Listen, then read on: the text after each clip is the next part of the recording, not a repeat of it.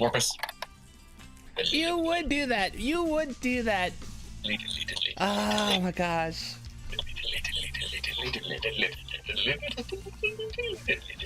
You know, some podcasts on Twitch have these fancy animations start. Some have this great introduction. We had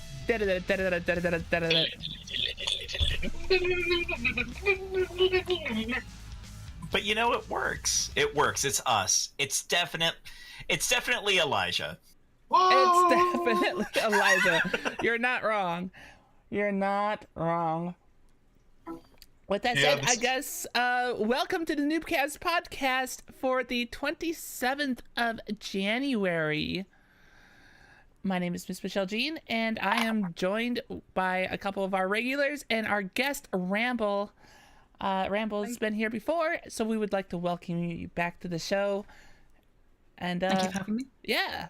So let's just get going with this right away. What's going on? What's new in Rambol world? Oh man. Well, I quit SWOTOR. So that's 5 years of my life. That's a chapter ended. Wait, what? I quit SWOTOR. Well, I mean, you know, I quit SWOTOR as much as anyone can quit SWOTOR. But, you know, maybe I'll check in now and then. But I think I'm probably done with it. Like, all my friends have quit. And, yeah, so I'm kind of... the Eternal Throne and all that. Yeah, it's just... Well, that came out like about, 18 months ago now, I think. So, yeah. Yeah, I'm basically trying to find a new home. That's the story of the last couple of months of my gaming time. So, well, so you need to find a new home, specifically Star Wars related, or no? Well, I think happen we're probably going to be going into that later, aren't we? But I don't know. Maybe a little bit, but you know, I mean, I happen to know a few people that play Guild Wars around here. Always looking for more people. Just gonna put that out there. I mean, I know. But look, Guild Wars lore, I mean, it's okay and all, but if you're really looking for something that you can really dig deep down into, there's this game that's coming out tomorrow that's absolutely amazing, and I think you could just become the #1 recognized source on Kingdom Hearts. But I should get it. I'll have to get in on that train, like, as it sets off from the station. Yeah, but it depends on your backlog, because I mean, you got Kingdom Hearts 1 and 2, then you have the 5 spin-off Kingdom Hearts, and then 3, right? Is that a thing? So a solid year of streaming is what you're saying. I mean, that just your content is planned. Just pick up the whole thing for your PS4, put it in, boom. And I have EA to thank. Okay. Fair enough. Definitely a good plan. Highly recommend it. I'm sure give it a look. I've been meaning to play Kingdom Hearts, so I honestly might actually have to give that a shot. Nice. So I guess since you've broken up with your abusive ex-girlfriend now, what have you been playing? Two things principally. I've been diving into Path of Exile, which is a big departure from me, because I'm usually, basically for the last 5 years, I've been PvP girl. So playing a sort of story-driven or PvE-focused game, it's not really something I'm used to. So that's been kind of a new challenge, and I've actually been kind of enjoying it. It's a nice change of pace. And most recently, one of my friends has been dragging me into Elder Scrolls. Okay. I know nothing about the Elder Scrolls universe. Haven't really played Skyrim. I have got a few hours in it back on the 360, so that's about it. But I've been checking out Elder Scrolls Online, and I'm forming an opinion about it. I'm not sure if it's for me, but I'm giving it a shot. So we'll see how. Well, I for one have to say I'm glad to hear that you were able to get Elder Scrolls Online to go beyond the load screen when you initially opened the game, because that's all the further I could get. So I nearly punched my monitor at one point. Holy hell! Yeah, because I tried to install it via Steam, and that was a whole saga. I had to download it and then try to install it, and while it was updating, something happened, and I basically Steam would not get it to recognize the install. So the only thing I could do was wipe and try and re-download it. So that was 3 days. Well, couple of days of my life wasted. I think you might have just pointing out an issue because that's my problem. Mine's on Steam, and it's not the first MMO I've tried to download from Steam that has had problems. I think you've just opened a can of worms there, Rambol. I think we're onto something. Do we have a journalist around? Oh, we do. We have Elijah, the unabridged gamer. Welcome to the show. Hi. Hello there. Hello. What's been going on? Yeah, there's already a slow Jaws theme going to. Oh, dear, he's gonna start talking now.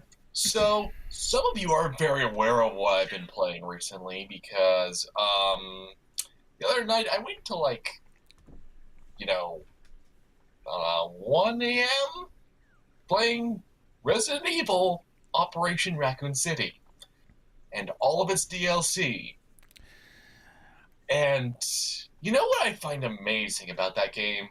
It wasn't the final boss that was the hardest part. The hardest part, which was right when Miss Michelle raided the stream, there are 2 miniguns at the end of this street, okay? You are told to flank them.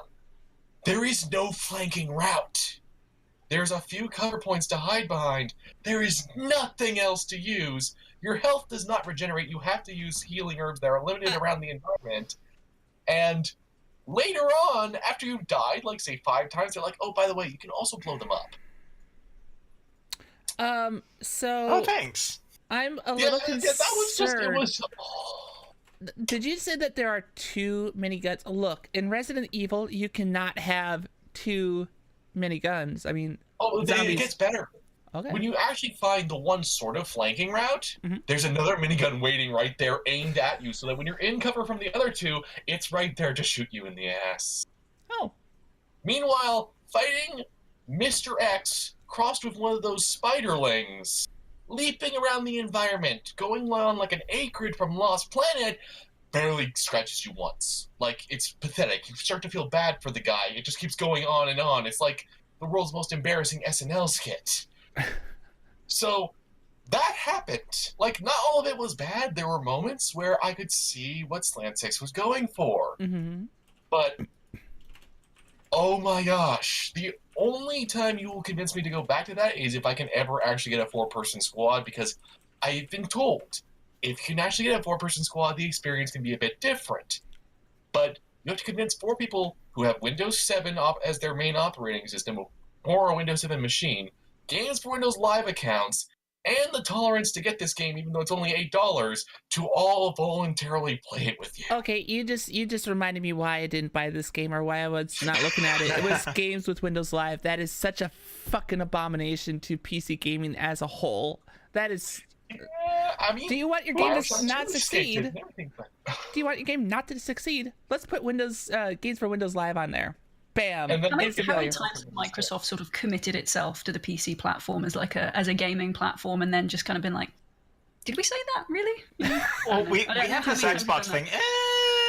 You know what's hilarious about that? Wait, quick, Adam, before I get to the second thing that I wanted to talk about really quick, which is most of the games have escaped games for Windows Live, like Resident Evil 5 and Bioshock 2. Bioshock 2, they even lumped all the DLC in for free if you were one of the poor people who had to put up with it in the first place. I thought that was really nice. Mm-hmm. But one game that Microsoft thoroughly abandoned was Halo 2 for PC, which was supposedly a Vista exclusive. Fans have patched it now.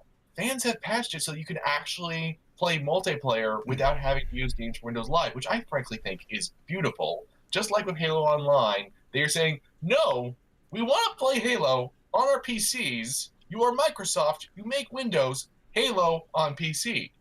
And speaking of people fixing games, I have learned recently that in a rather fascinating turn of events, people are modding Mirror's Edge Catalyst.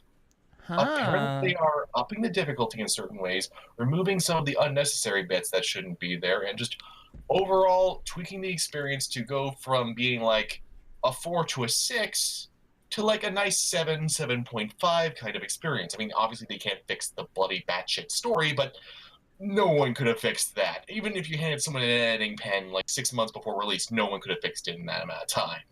But making it so the gameplay experience is better, making it so that just being in Mirror's Edge is better, that's actually got me interested. I'm going to be seriously considering checking it out on PC, because if there's actually a chance of someone fixing some of it, great, because Mirror's Edge was awesome, and I'd love to see more of that. Really, I would, EA. And at some point, multiplayer street racing and cops versus robbers running. Why is this such a hard concept for DICE to wrap their heads around? There's even a mod for the first game that does it. Oh, see, Please. See, now, I'm begging you. Now you're pleading as a consumer to EA. They're not going to listen. I was gonna say that might be a bit futile. Yeah. At least there's mods for that too. But that has basically been what I've been up to. Otherwise, I've just been like reviewing a crap ton of licensed tie-in things that'll be coming along. Okay. Also, Half-Life 1 is still better than Half-Life 2. Deal with it, internet. You started the thing now. It's throwing shade. That's the way you drop the mic, really. Really. Tunk. Oh boy. Holy hell. Jeez. That's insane. You're throwing down gauntlets, and I don't know how I feel about that. Well, if that's the case, we're just gonna go ahead and just drop that mic and just head over to G and welcome him to the show. Oh, hi. How's it This going? corner of the stream is doing okay. We're fine. We're not having any major issues with games right now, which is great. Actually got to spend last weekend watching a whole bunch of B movies, which is great and relevant to our conversation, because one of the pieces that we're talking about, I actually watched a movie related to last weekend. So that will be awesome. Well, Definitely had fun. nice. I strongly suspect that somebody will go over to Chicago in the near future and say, man, this would be a great location for a new Fallout. Let's just make sure it's not multiplayer this time. Yeah, about that. Or online in any way, shape, or form.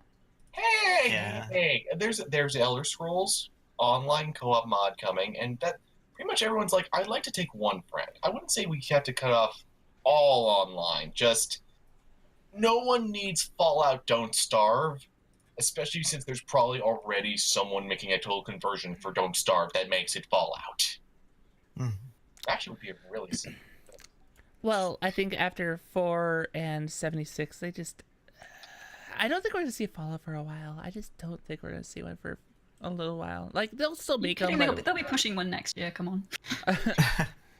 Well, if they're actually working out scripts and things like that now, that might be the explanation for 76. Because they didn't put any of the scripts on there. Wow. I mean, There's you're not wrong. storyline. You're not wrong. You're absolutely correct. Yeah, that's a good point. The way that it was developed, like, there's this small part of me that says, hey, they threw this out to be this mini in between, hey, have something while we work on an actual plot line for an actual story that's going to encapsulate the Fallout audience the way that we're used to. And if they pick that location for it, it should be Chicago. There's so many different nooks and crannies to visit, and it was amazing. Did a little bit of the touristy stuff, which everybody appreciates seeing in a game when they do see it. But there's a lot of other parts to being around in the city, especially because it's not like Boston where everything's super, super close to each other and things like that. I think it would be distinct. I think it would be different. And that's my plug for Chicago. And I was not sponsored for this. Hashtag I not think you could sponsored. plausibly set Fallout in a few sort of like deserted seaside towns in England. Oh, there you go. I don't think anyone could tell the difference. That's a good idea. That's something. See, I was thinking that, or like, if you want to do survival games, I mean, especially with like what, I don't know if you've heard, but around here, we're looking at wind chills in the 50 below range Wednesday. 50 to 60 below zero. That means that you're probably putting on a jacket by now, right? Yeah, jeans. There's actually a hoodie sometimes. The winter coat actually gets buttoned up. Oh, that doesn't sound too bad there. Right? Yeah. But I would say with that frigidness, what if it was like a Fallout that had its moment where the vault opened when it was that freaking cold because of the impact that has been made to environments and such. That would be a different type of survival game. I think it'd be a very interesting type of survival game. Yeah. Just a thought. Fallout 5, The Long Dark. Ooh. Okay, see, now my curiosity's perked. You might be onto something. Also, speaking of on something, I've been requested to continue something that has become a tradition on this channel. So, this is for you, Zelf. Yes, it is called the PS Vita, although it also goes by the name the PlayStation brand. I can't call it the PS Fred yet because I don't actually have a PlayStation to own and call Fred. I'm sorry. But when I do, it will be named the PlayStation Fred. See, what's gonna happen is when I edit the podcast later, it's called the... Yes, please. And then we can have a separate clip just with that segment. Just bleep it. Just separate it out. Yeah. With all of the traveling around, I found myself playing around on the Switch a little bit more. Oh, and sure.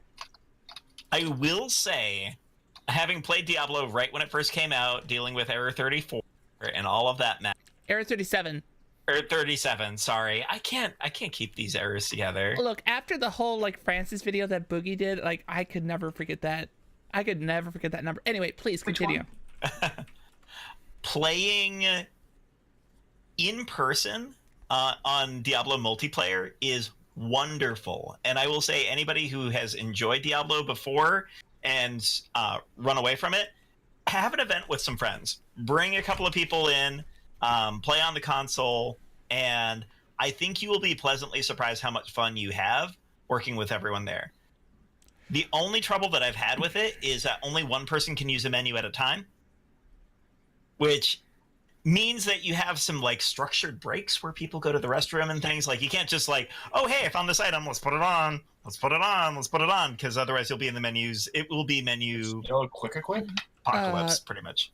So there is no quick equip from what I can see. God, see, here's my problem. I get what you're saying.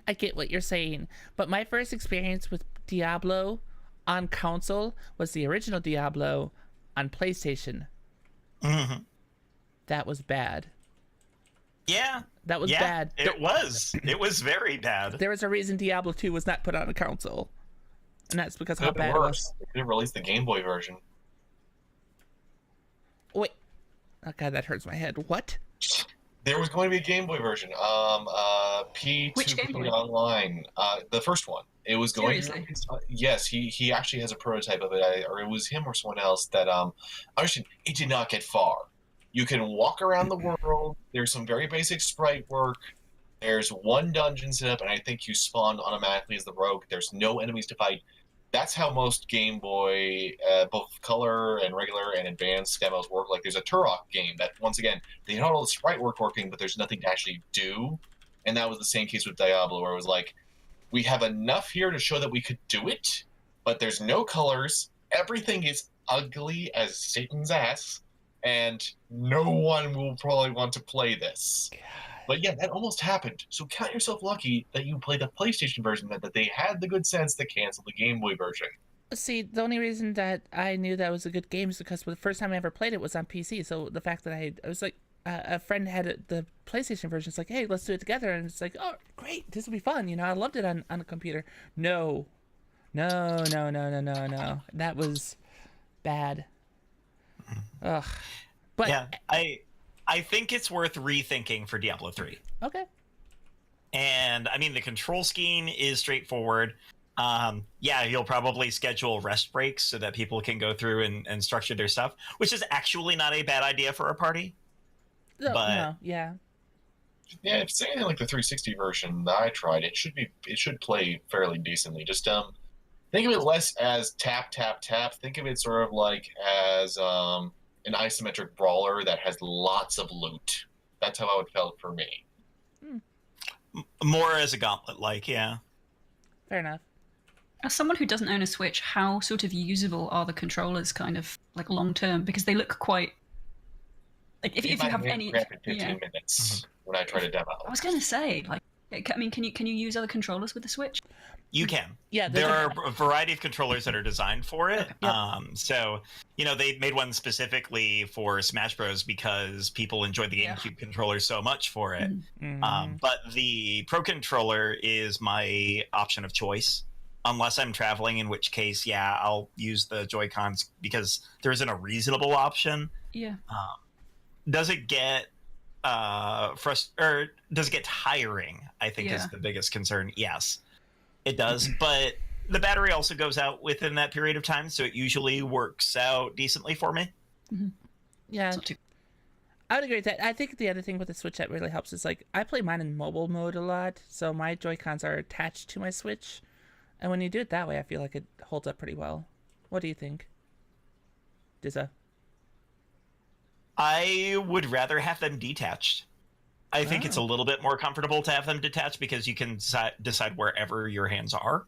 Okay, interesting. But I mean, when you're traveling, they have to be attached. It's difficult to keep everything together otherwise. I think it is the most clunky way, and even then, it isn't awful. But I don't prefer it. Fair enough. Okay. Yeah, and if there's a game where you're only using one Joy-Con, please don't have to use the L and R buttons all the time. Yeah, that's... Why isn't remapping a thing in every game? Like, I feel like if I don't see any... I feel like you've got something that you want to say about that, but yeah. Oh, no, I'm just saying yes! Yeah, Thank you! Yes! Everyone should be like Conduit 2 and let you rebind every single thing. Right? Like, I don't want to have to use... But like some third-party software, and obviously you don't even have that luxury if you're talking about a console or something. But like, so a little bit tangential, but I'm getting into ESO, as I said, and it's also on console. And they've kind of I feel like part of their design kind of it handicaps PC users because like you can't bind shift to, like you're very locked in unless you use some add-ons. To how you bind things, and if like I bind shift and control to everything, and just not being able to do that is really, really frustrating. Like, why not? Why can't I bind modifiers? It's like, no, you have one key for. Yeah, I feel like that's something that they should. I mean, it's nice when you can rebind. Of course, you got to be careful because then if you end up like, say, Elite Dangerous, you could have how many different key binds. I get lost in that key binding menu. Like, where the hell is this? I don't know. Here's my question. Given this brief time, I just have one thing is, who handles the bindings for James Bond games? I know that sounds very random, but I recently cracked open Bloodstone, and just like, none of these control schemes is either modern or retro, and you won't just let me rebind them. The closest to modern requires that I hit the R2 trigger to mount to cover. Something that you normally would have for X or Circle on PlayStation 3. It's just like, none of this makes sense. Elijah, There's like... I think the short answer, it's a sadist. I don't understand. I'm trying to understand, but it doesn't... I think my biggest, like, binding pet peeve is all the Halo games. Like, if you try playing any two different Halo games... God, yes. Completely different kinds of bindings, and you're locked into a few different options. Well, they call them options, but usually it's the same thing with like a couple of different buttons flipped somewhere or other. Just let me bind it to what I want to. I don't know. I don't get it.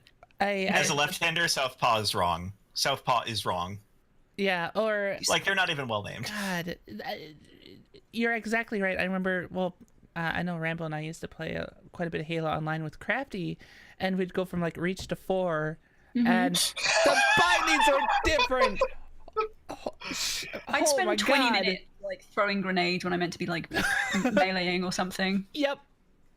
It's like, well, shit, I'm gonna die. Also, Master Chief Collection on PC, please. You would literally be printing money. Just throwing that. They're claiming they've got some news on the horizon, but everyone's They've like, been saying that, though. It'll be Halo Reach DLC. Everybody's being very sealed. But I'd love for it to be PC. It would be nice. Even if it's only Windows 10, fine. Just bring it to PC. It's pathetic at this point that Halo 3 is not on PC. I can't play shooters with a controller anymore. I just can't. And this is from someone who used to for the longest time. Now that I've been playing PC games, I just can't function. It blows my mind. Welcome to the PC Master Race. Thank you. I mean, that's what was what that happened, voice from the heavens? right? Cool. So that being said, is there anything else you played? I'm sure that there are things that I have played that I am unwilling or unable to mention here. Mostly unwilling. Okay. And everybody suddenly goes into the Steam library. How many minutes does he have on this? Yeah, right. Dating simulator, eh? Well, I you know what? Sometimes you get a couple minutes, and you know what? It's easy. I could VPN into my computer and play it. It's fine. No judgment. That's apparently why you installed TeamViewer on your phone and on your computer. Is that why you did that? I've never tried this, but it's intriguing. I like the sound of turning my PC into a Wii U, because everything should be Wii U. It's very intriguing. You need to tell me more after we're done. I suppose I would talk about what I played, but it's a lot of the same stuff. It's been Guild Wars and Elite. Although I've been playing my NES Classic quite a bit, so Final Fantasy and Tecmo Bowl. Oh, yeah, I saw that. Mm-hmm. It's weird for me because, I know original Final Fantasy you are a huge fan of. Yes. And I cannot get into a Final Fantasy before 6. I've tried several times, and I feel really guilty about it because I love the Final Fantasy games that I play. Mm-hmm. But are you saying that you don't believe in the Warriors of Light who have to relay the element crystals and save the world? I believe they'll get there. They'll get there on their own pace. It's fine. They don't need me to help control them to do it. They did that a long time ago. I don't even know where to go with that. I really don't with you. Oh my gosh. Which ones have you tried? I think the trouble... So, original Final Fantasy, I got in. I hung out over in Matoya's cave, and you know what? That song is amazing. So I just sat there for a half an hour straight, and then was like, what else do I want to do in this game? I am fulfilled. This is done. I played Final Fantasy II. I ridiculously abused the stat system because you can hit yourself in order to increase your health after battle and stuff like that. So it's super abusable, super fun, and I enjoyed that aspect of it. But once I got past a certain level of that, I was done, good to go. See, some of the other tracks in it though get really, really good. Especially if you made it to Matoya's cave, you heard the whole theme that was played over the bridge, right? When you walk over the bridge, yeah. I gotta say, hearing an orchestra play that, oh my god, love it. But I was playing that. I got really pissed when I found out that in order to save a game on a NES, you have to hit the reset button, go to your save file that was there, unlock it, then go back to your temporary file, and then have that overwrite the previous file. I didn't know that. I lost an hour and a half a game that I had to get back. That was fun. That was great. Made me really happy. Oh dear. Yeah. That Tecmo Bowl for kicks, because I was like, I remember this game. Yes, I remember this. It was so broken because you'd score a lot, and then the PC or the computer basically cheats until it ties up the game again. And then I did some Legend of Zelda. So that was me. That was my games. Although I'm pretty sure I'll be getting Ace Combat 7 this week. So trying to find some more things to use that new fancy HOTAS for. Yes. Well, not just. Well, I mean, I love the Ace Combat series too. So that is true. Can verify. Yeah. Verified. Yes. Exactly. So yeah, that's what I've been playing. I suppose with that said, do we want to just kind of dive into our first topic of the evening? Half an hour into it? I don't know if that's soon enough. Yeah, we don't want to be hasty with this thing. You want to take time, let it simmer, let it build up. and just to have all sorts of quirky conversations. That is the mastery of storytelling in Twin Peaks. I was wondering if you're trying to compare this to a whiskey or something. That went somewhere I was not expecting. I was wondering where you were going to go, and then it all comes together. Well done. So... This is the non-spoilers. Let's talk about some stories going places. As well as stories going places, the idea of Netflix TV shows like Resident Evil and I feel like I've heard a little bit about this, but not enough to be able to lead this conversation. I'm looking. That was a master segue. I do what I can. Elijah, what do you know about this? Was this your suggestion? Yes. So basically, long story short, those Mila Jovovich movies that she and her husband made, first there was going to be a reboot of those movies, and I think James Wan was even associated with it at one point. Ick. Then that stopped happening. Now she's making a Monster Hunter movie that is basically the exact same characters being put into Monster Hunter. Because why not?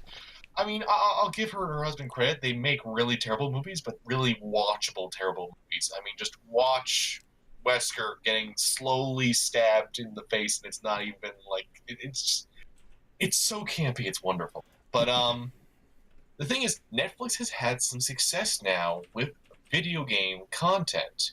They've had Castlevania. They've had the Minecraft Telltale adaptation. They have actually had interactive fic of their own, like Bandersnatch.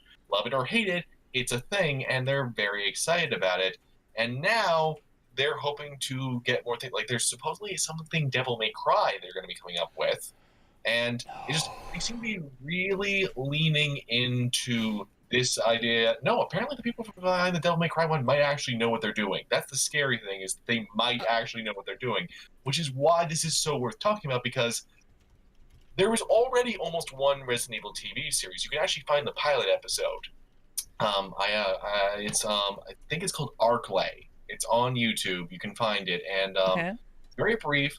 It has surprisingly good production values and is a lot more in step with the old school Resident Evil than everybody's expecting. Because most Resi stuff, whether it's the live action movies or the canonical CGI ones, is gonzo batshit nonsense. Mm-hmm. Which, I mean, so many of us love Resident Evil for that, but still. Netflix has had a lot of success with grittier stuff. Netflix has had success with video game stuff, so on top of Capcom now coming back really hard with trying to nail that Resident Evil is mostly horror with just a few action-y spin-offs, there's a chance we could actually see a hard-boiled sort of Resident Evil TV show. And they're even to the point that they've said that they're going to make a live-action The Last Airbender series, so they are really going all in on trying to make all these live-action adaptations of things. And as long as they don't go Shyamalan, I think the Avatar show might work. I appreciate that we all cringed to that immediately in response. Just, Avatar, come on. And then we got in the chat going, Resident Airbender. Yes, that's what we need. We need a crossover. People are wondering if Castlevania and Devil May Cry will cross over, actually. But, Zombie Aang, imagine that. What an endgame boss that would be. Oh, God. See, the problem is, so those really bad video game movies that existed was from a German production house that was exploiting a tax law in Germany, where if they were to make a movie in Germany and it didn't succeed, they would get a cut in their taxes and they would basically loophole it, so they made a bunch of money, and that's why they were purposely that bad. It is the video game version of The Producers. Yes, that is amazing. Yes, there's a whole like YouTube docu-series on it. It is insane when they start talking, like, holy shit, that's what happened. I'm at a loss of words. I mean, one is kind of brilliant how he does it, because he gets to make these movies that everyone's like, yes, I want to see this, and then it bombed and I need to get a tax cut. And everyone's like, God, these are horrible. And now he's got a reputation where he's like, yeah, he's the video game director. We'll just give it to him. It's like, no, okay. don't. Mish. Yes. You know Uwe Boll isn't actually really embedded in the Resident Evil 1. That's Paul W.S. Anderson. Yeah. So I understand what you're saying, because Uwe Boll, that is his whole thing. Yeah, that's Uwe Boll's thing. But the fact that Resident Evil, even though that was Paul Anderson, it was still a German house. It was exploiting the exact same law. Oh, I'm not arguing that. And they are, apparently some of the production companies that were involved with it are having some kind of hand in the series. But we've seen from the Netflix Marvel shows that Netflix likes control, and if they don't get control, they get really hissy and they just cancel their series. Mm-hmm. But anyway, it's like, as much as I get that Resident Evil's had a lot of issue with this stuff, they've come close enough, and Netflix has kind of worked out a lot of their adaptation issues. Like back with, there used to be, their animation was terrible. Their attempt to reboot Inspector Gadget made you want to gouge your eyes out. But now, Carmen Sandiego, they brought Carmen Sandiego back. I saw that. From where? They made her a protagonist. It looks like, and they actually still have educational bits in there, which that was the main thing I was looking for. Is, are they going to keep this educational, or is it going to be that one reboot series they did where it was just completely action and pointless? But no, they have made edutainment come back as a thing. So it's like, as much as I know they've made stuff like Big Mouth, I want to have some faith here that they might manage to make a Resident Evil series that's worth watching. I mean, some of the Netflix animations too, even if it's more it's geared for any audience, is like the Dragon Prince, I think it's what it's called. I thought was pretty good, and it was, I mean, it's clearly geared for a slightly younger audience, but even that was pretty good. So even if it's an animated type I think, well, first off, it couldn't be any worse than the movies. It can't be any worse than the animated Resident Evil movies, because I don't know if you watched those, but oh god, those are almost as bad as the Paul Anderson ones. Degeneration, I've heard amazing things about, but still, it's not like you can't even get something like a good video game movie, because Dead Space had one good one, and Prince of Persia, yes, it was very spin-offy, but it still was a decent movie. It's not like you can't do it. It's been proven that you can. It's just still frustratingly rare. I mean, I have a list of all of the different live-action movies that have been made out of video games here, and we can go through the list and talk just percentage-wise what's worked and what hasn't. I mean, there is one piece of good news, which is the things that are more than 30% on Rotten Tomatoes are more recent movies. So there is a chance that we actually are starting to have a taste to it, and that directors are starting to understand how to work in that area a little bit more. But like, on the other end of things, I think we're okay with cheesy. Like, when I went to see Street Fighter, in fairness, it was part of a B-movie festival. Yeah.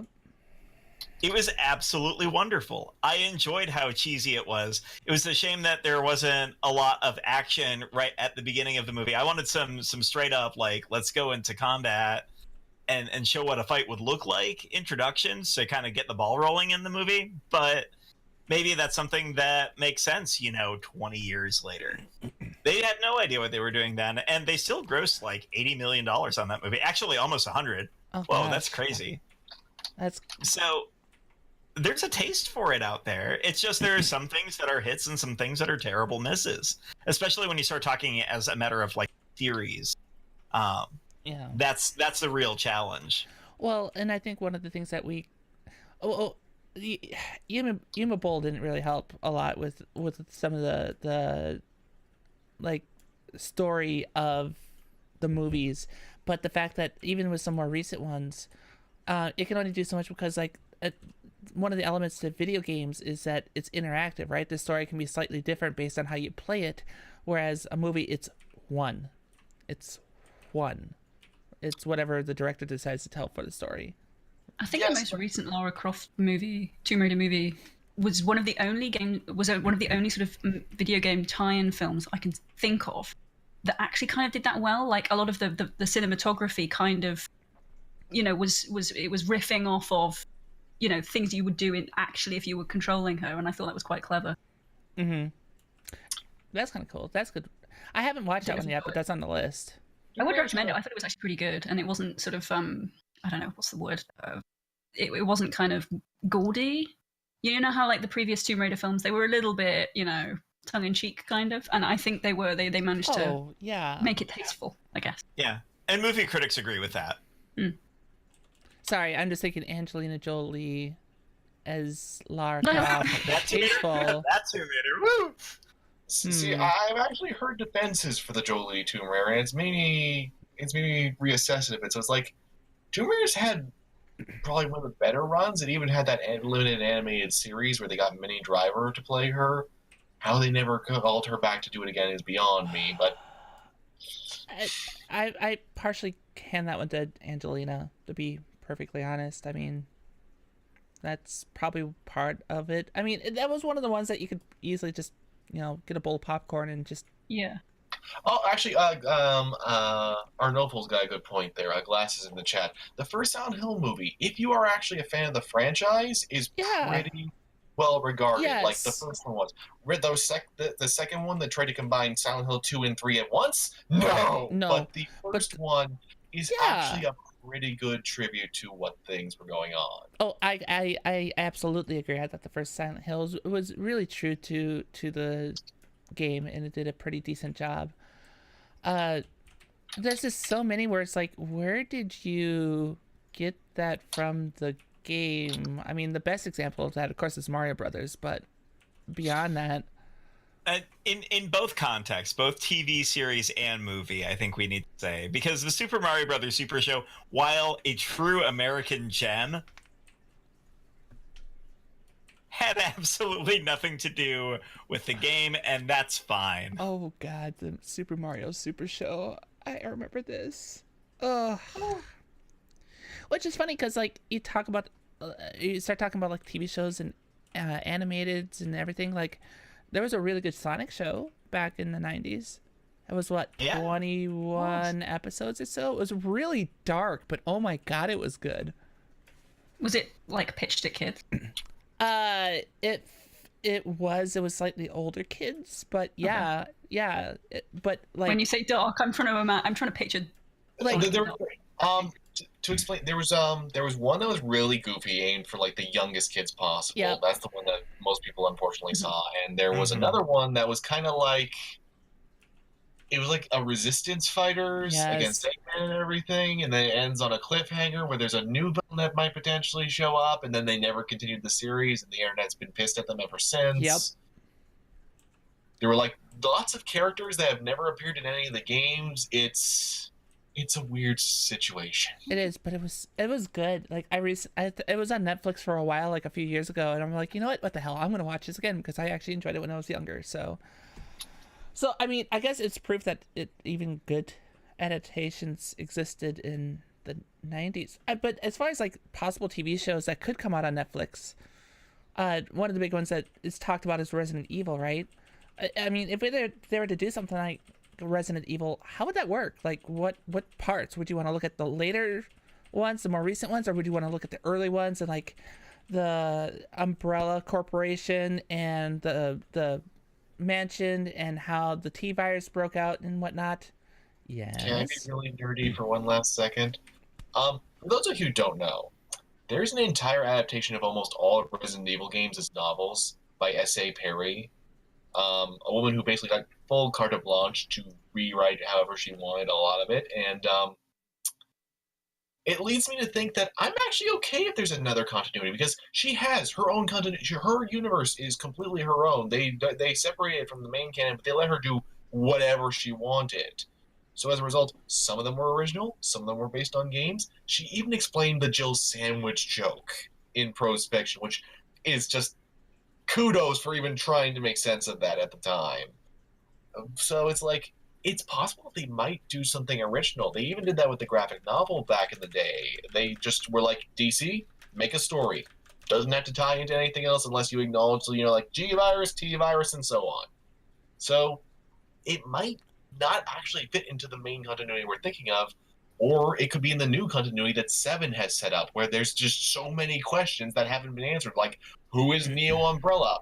Why is Chris Redfield suddenly different again? Where did Chris's biceps go, and what tragic backstory led to him losing them? See, that's the part I'd just be curious to see what they did with that. I mean, either way, I suppose there's potential, but there's so much like divergence from where the story started and where it is in 7 that it's like a whole different story in and of itself. Like, could they do it? I mean, that would be seasons upon seasons to make that all come together, or just say screw it and do one or the other.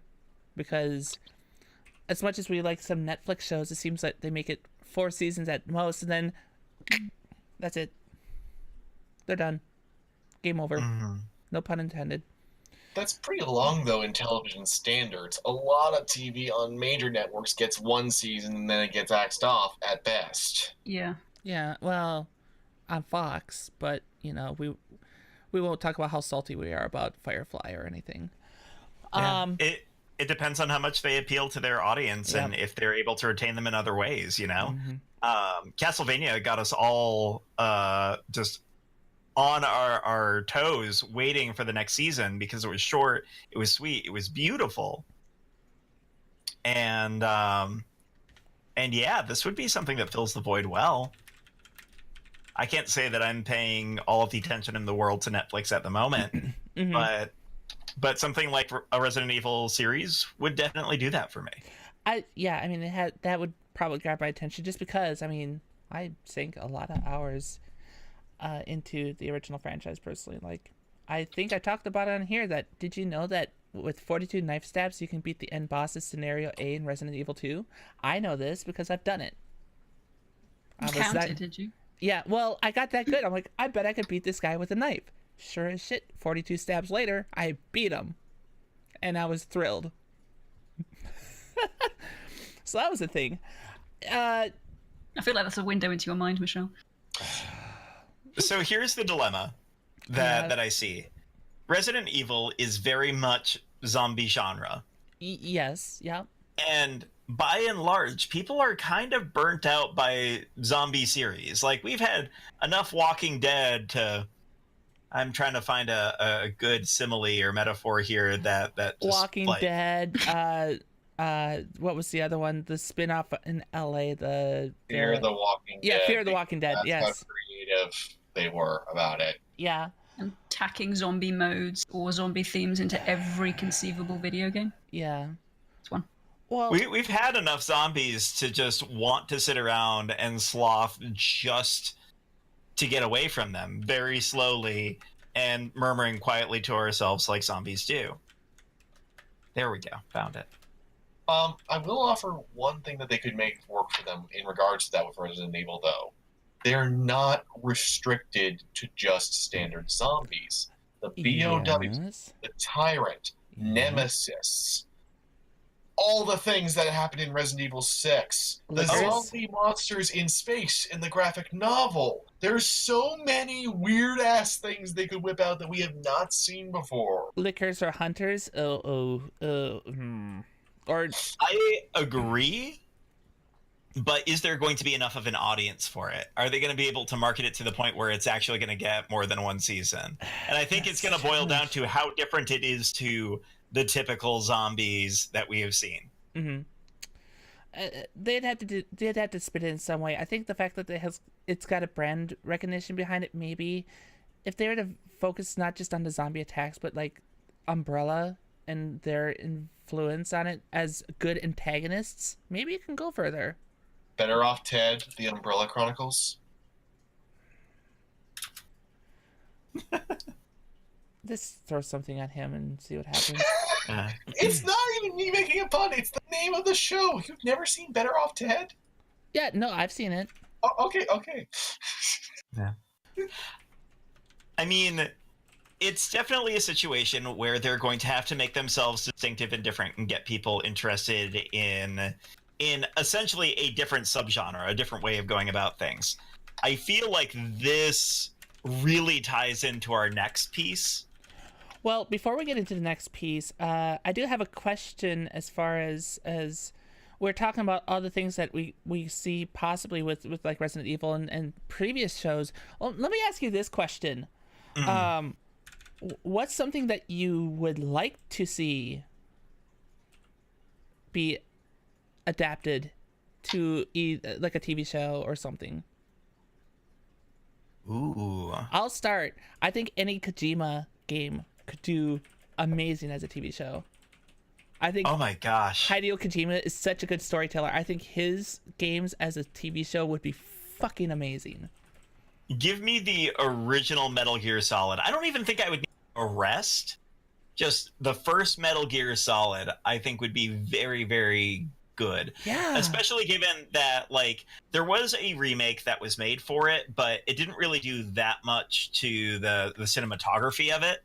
I think having something in a completely different format would be an interesting way to go in again, because we've seen enough MGS1 to really relate to the story and get people interested in checking out that series again. Mm-hmm. That's not a bad idea at all. Yeah. So that, just to put it out there, because I mean, we were talking about it, I'm like, oh, I bet that would be good. But let's see what the rest of you think. Anyone else have any thoughts on like a good TV show adaptation of a game? Is it cheating to say like something Knights of the Old Republic era? Like, I'm being very predictable here, but something that's not set in the Star Wars era that everyone's familiar with, but like go back to, you know, the birth of the Jedi or something, like a live, like animated or live action. I think there's a lot of one of my biggest gripes story wise about SWTOR is that there's a huge amount of lore for them to draw from, and they don't really do any. They don't do anything with it. And there are like 20, 30 years of comics and novels and things that they could draw from. If they did do something like that, I just kind of want to wish to bring back Mara Jade. I would go for Mara Jade. I'm still. There seems to be some stigma against her at Disney. Like, seriously, it's a rumor now that there's someone who doesn't like her on the story team, and that's why she's not been incorporated yet. But also, It's on them. Yeah, but fans don't really like her either. But I would so love to see Zane. You got me imagining in my head now. Oh, you're kidding me. So we could actually see the Revanchists. We could see Zane Karek. Yes, I want that as a show now too. But my only request is if they were ever to bring Knights of the Republic back as a TV series, keep Dave Filoni as far away from it as possible. He needs to Gruta and his Space Aladdin can stay as far away from the darn thing as humanly possible. Thanks, Aladdin. Oh my god. As a person who has a bunch of Aladdin themed alerts and stuff on her channel, I don't know how I feel about that particular comment. I don't have an issue with Aladdin. I have an issue with Ezra Bridger and his amazing ability to not have a fucking character arc. But my pick, if I had to pick one game that I would really love to see adapted into like a mini-series or a TV show, such as by Netflix, so it would actually be allowed to be like MA mature rating, I need more Dead Space.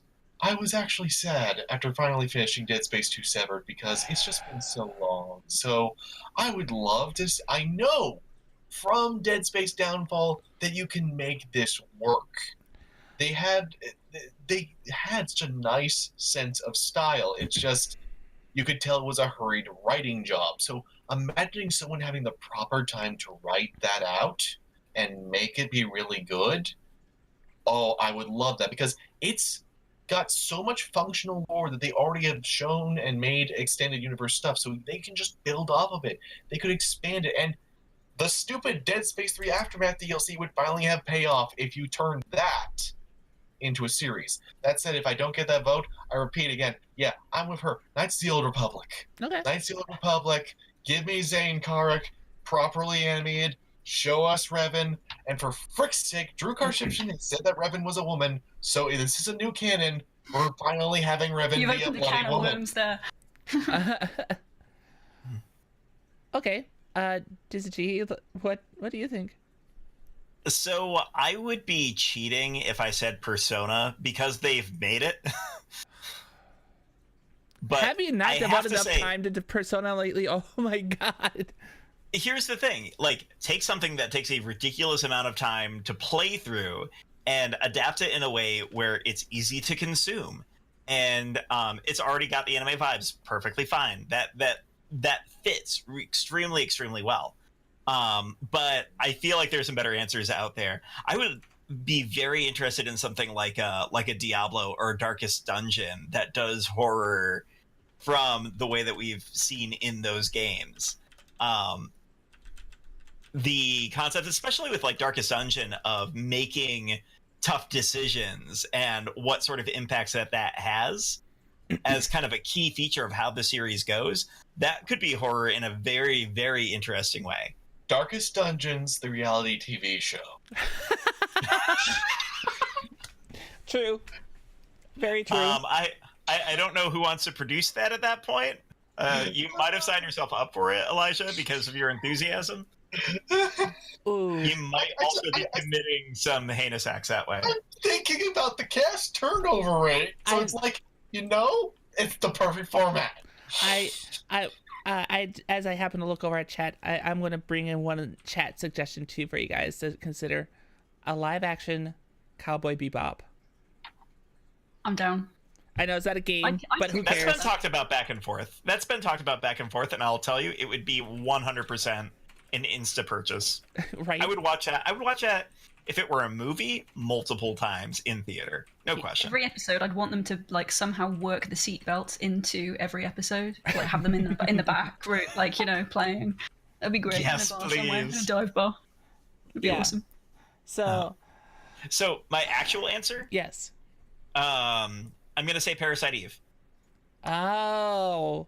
Okay. Because Parasite Eve has Solid. a good, distinct plot. I think you could tell it within the period of time of even a reasonable movie. Mm-hmm. I wouldn't want to see it expanded to an entire series, I don't think. Although you could probably do it. But just like the main plot of Parasite Eve, you could tell in about an hour and a half to 2 hours in a very interesting way, cinematically. Mm-hmm. Definitely open up to it. And you know what? If Square Enix does want to give you access to it, talk with the author of the original book. Because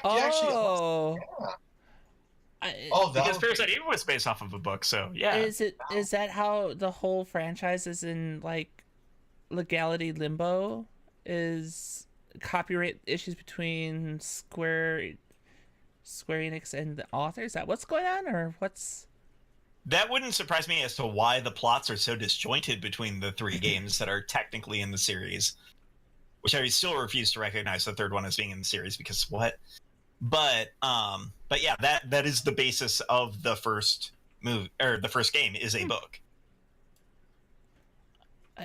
It worked for The Witcher, so I mean, why not? Yeah. Well, back and forth. that author. That is a quagmire. We've been there. We have. And I will tell you, getting that car out of that rut is very, very difficult. What about some other like classics? I'm trying to think of some other ones. We talked about Sonic. I know that two of us are Final Fantasy fans. Can we have a remake of the Super Mario Brothers movie? I think Nintendo wants to stay as far away from movies as possible. Like, what are you talking about? That movie was amazing. There's a reason Dennis Hopper died. He had to be in that movie. I do want to see Nathan Fillion go ahead. Did you see his Uncharted little mini thing? Nathan Fillion playing Drake. Yeah, it was really good. If you haven't seen the short, I think I need to find it. But yeah, it's fantastic, and I think it's only like 8 minutes long, something like that. But yeah, seeing him in Uncharted would be great. That could be interesting. I think he did it all out of his own pocket and everything as well. Nathan Fillion is Nathan Drake. I have got the right name, I think. Yeah. Yeah, you do. Yeah. Here's a very simple and easy one that I'm amazed hasn't happened already. Okay. Rayman Legends. Why is Rayman Legends not a kids' TV show? Freaking Skylanders still has a show going on even though the toys have stopped. But Rayman, they have all the assets in place. They basically just need a cast to voice the characters and some semblance of a plot. Fair enough. So that would be... No, please. I'm thinking that would be really easy money, and the other one would be, just in general, why isn't Ubisoft doing more TV shows? I don't know why they keep trying to do films, because most of their properties are built upon episodic content. Every Assassin's Creed game is essentially a season of television. And even like Splinter Cell, it's based on Tom Clancy. He's had adaptations for years. Yep. There's no reason for... The Division actually had a bit of a thing, even. I'm not sure why that didn't get continued, because the one thing everybody loved about The Division was not its current day story, but the past, the exposition. It's one of the few games where people actually prefer the audio logs to the main plot.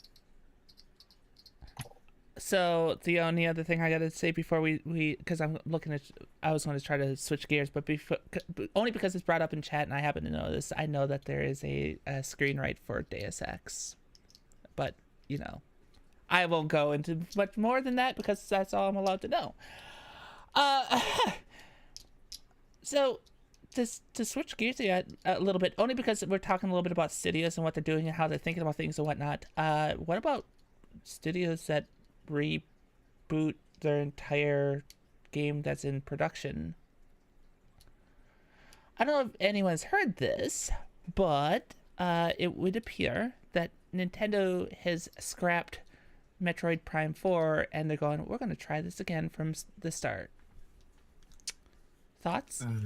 That was a very weird address to watch because it was white background, stark, simply, hey, this is the situation that we're looking at right now. We wanted to give you this information sooner than later, but we're not going to be able to do any of the things that we were expecting to on the time frame because we are providing a completely different team. We were not satisfied with the way that the production was turning out. That was Nintendo's statement.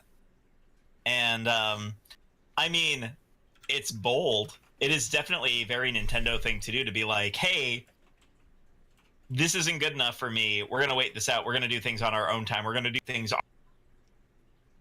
Yeah. I'm thinking the similar deal sort of happened with Splatoon, where for a while there, what was it? It was High Voltage was working on something else that involved robots and water, but there was just a few issues, and there was like one leak, and then Nintendo just cut them off entirely and started from scratch making Splatoon. So there's definitely a precedent there, and I think, given how obsessive they are, it's probably for the best. But also, as someone who will be eternally going, Bethesda, give me Prey 2, I also regret the game that was canceled, because sometimes there's some really promising games that get started over scratch. The Tomb Raider game that involved giants and horses and having a sidekick companion, and that Mega Man first-person shooter that actually looked like a faster, awesome Metroid Prime crossed with Vanquish. Some really cool ideas just get scrapped at a point where I'm not sure if he was ready to be assessed yet or not. I'm guessing there was something that they saw that they did not like.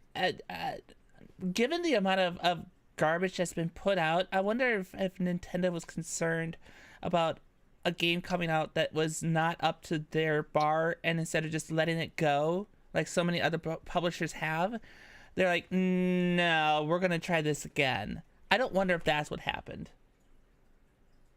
It's at least refreshing, because, I mean, I'm not a Metroid aficionado, but it's kind of a meme at this point, the number of games just being churned out regardless of quality just to push units. So if they are doing it because they genuinely don't believe that it's up to their standards, then that's actually kind of refreshing.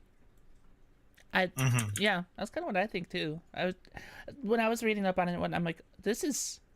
I mean, it stinks for Metroid fans, but I'm glad they did it, because if it means that they're going back and they're going to try to make a better game, good. I mean, Nintendo titles, especially when they're part of the main game series, they are some of the best things on Nintendo for a reason, and like they stand out and ahead of the crowd for a reason. So I think they're just trying to keep doing that. You know? Yeah, and the team that they have in development now is the same team that did the original trilogy for Metroid Prime, which should alleviate the concerns that fans may have, so long as they enjoyed the Prime series. And I'm kind of back and forth. I enjoyed the standard platforming that was in like Super Metroid. That style is more my fit. But I know that there is a core audience that loves the Prime series. So in that regard, they're going to be good. Not all the original staff, though. That's something everybody needs to bear in mind, is that a lot of the key staff left and formed Armature Studio. So even though it's retro post Metroid Prime 3 with different leadership. So even though they've done good work since, expect it to be different, which is going to be the thing that I think we're going to see the most negativity around, because before this, Next Level Games released Metroid Prime Federation Force for the 3DS, which, from what I'm told, is actually a pretty decent game, but because it has Metroid Prime in the name and it's a co-op game instead of a single-player game, fans freaked out. It was not pleasant. It was one of the most toxic responses Nintendo ever got to anything. So that's something that I think, just in general, that might even be part of the impulse for them to just scrap it, because it might not have even been bad. It might just have been, we need to make sure this is the best possible thing, or else they'll freak out again. So you're kind of saying it's like BioWare before and after they were acquired by EA? Yeah. Couldn't resist, sorry. Nice gut punch there. So, I mean, I guess we can keep this particular topic short and sweet, but it seems like we're all in kind of agreement on our thoughts on that particular delay. Yeah? Yeah. They handled it well. Is it a shame? Sure. Yeah. Well, because of the way all the topics happen to hop here, and we're well over an hour in, I think this is probably actually our great spot to take our break. So for everyone that's here, thank you for being here. Get up, move around, stretch, grab a drink, and whatever you got to do. Don't go too far, though. The Newbcast will return in a short bit. God damn it. Never going to be able to get away from that.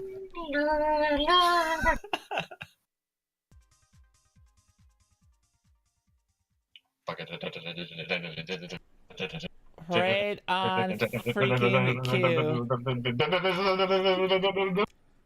You know, one of these times, I'm just going to have a sound effect that's ready to go. That's just a drum roll or the Doctor Who theme or something. There's a game show here called Countdown. Is that a thing in the US? It's like this quintessential sound effect of like a clock ticking down. It's pop. I guess you don't get it if you don't watch the show, but yeah. Okay. Just need that. That could work. Everyone, welcome back to the Newbcast Podcast. Yeah, I suppose that could work. I mean, why not? It's just as good as over there. I'm hoping when I'm done on the planet that they'll cremate me to that track as I'm sort of going in. That's my plan. A bit dark, I know, but I thought it'd be quite funny. The music, I love it. So we have a few more topics, news related and or just general conversation. It was a light news week or two, and relatively light versus some of the topics we've talked about the last few episodes. Well, I mean, 2019 kicked off with what? Scandal. Oh my gosh, the engine drama. Scandal in like one day. Day. Just 2019 couldn't even wait. Embezzlement. Yeah. Bursting. Embezzlement. Yeah. So, talking about scandals, this is really a scandal. Just thoughts.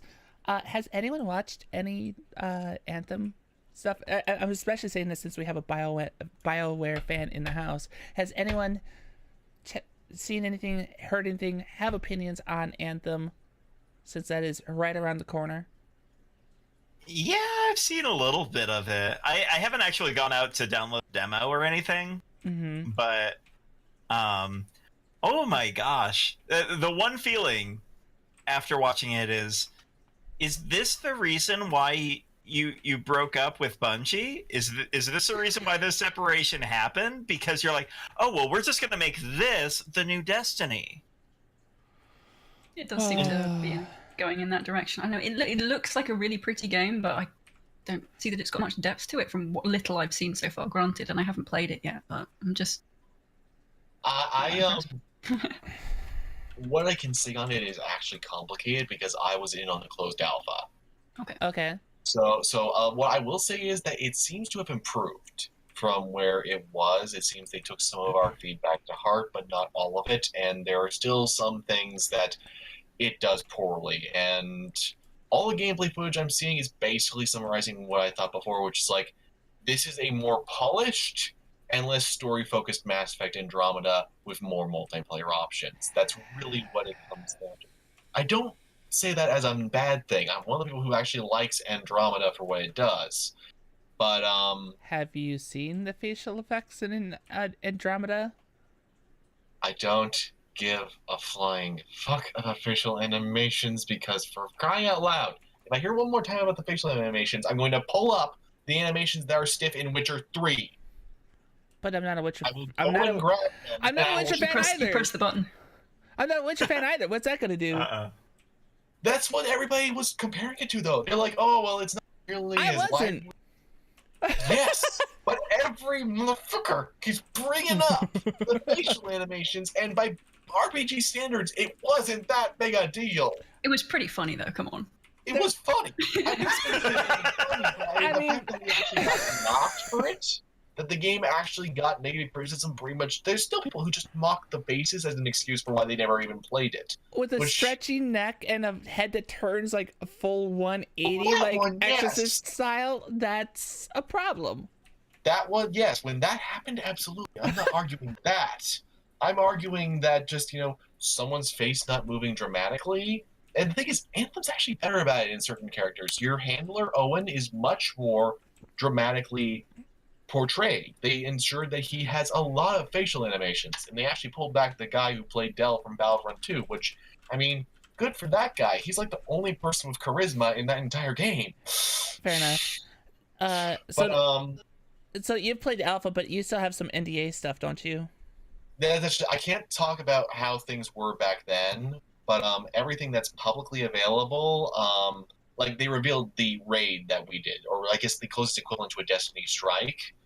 And just my main concern is one that I also saw Yang Ye giving, which is like, this game feels awesome when you're just shooting things. Mm-hmm. The problem is there's not really that much that's been shown off besides just kind of shooting things. There's not a lot of even fake variety beyond some context shifts. And yeah. I'm not sure how much the story is going to hook people, because there's the way they introduced the world could have been done better. He was one of the people that I had to watch to get some like insight on the game itself, and that was the fact that it appears that the game appears a bit hollow. I mean, thankfully 76 has already set the bar at an empty world, and Anthem will come in clear above that bar. So they've got that going for them. But if they get the jet controls finally working right, because that's still something people are complaining about now. Because because it's clear the game was made for consoles first, and I will say, not all of the control scheme is like bad, but everyone who's playing the demo now is confirming that they still have not worked out underwater. Well, a lot of games struggle with that. I mean, it took ArenaNet 5 years to figure it out, so I won't judge too harshly on that. I wouldn't be as upset if it weren't a core method of navigation. A lot of sections will require it.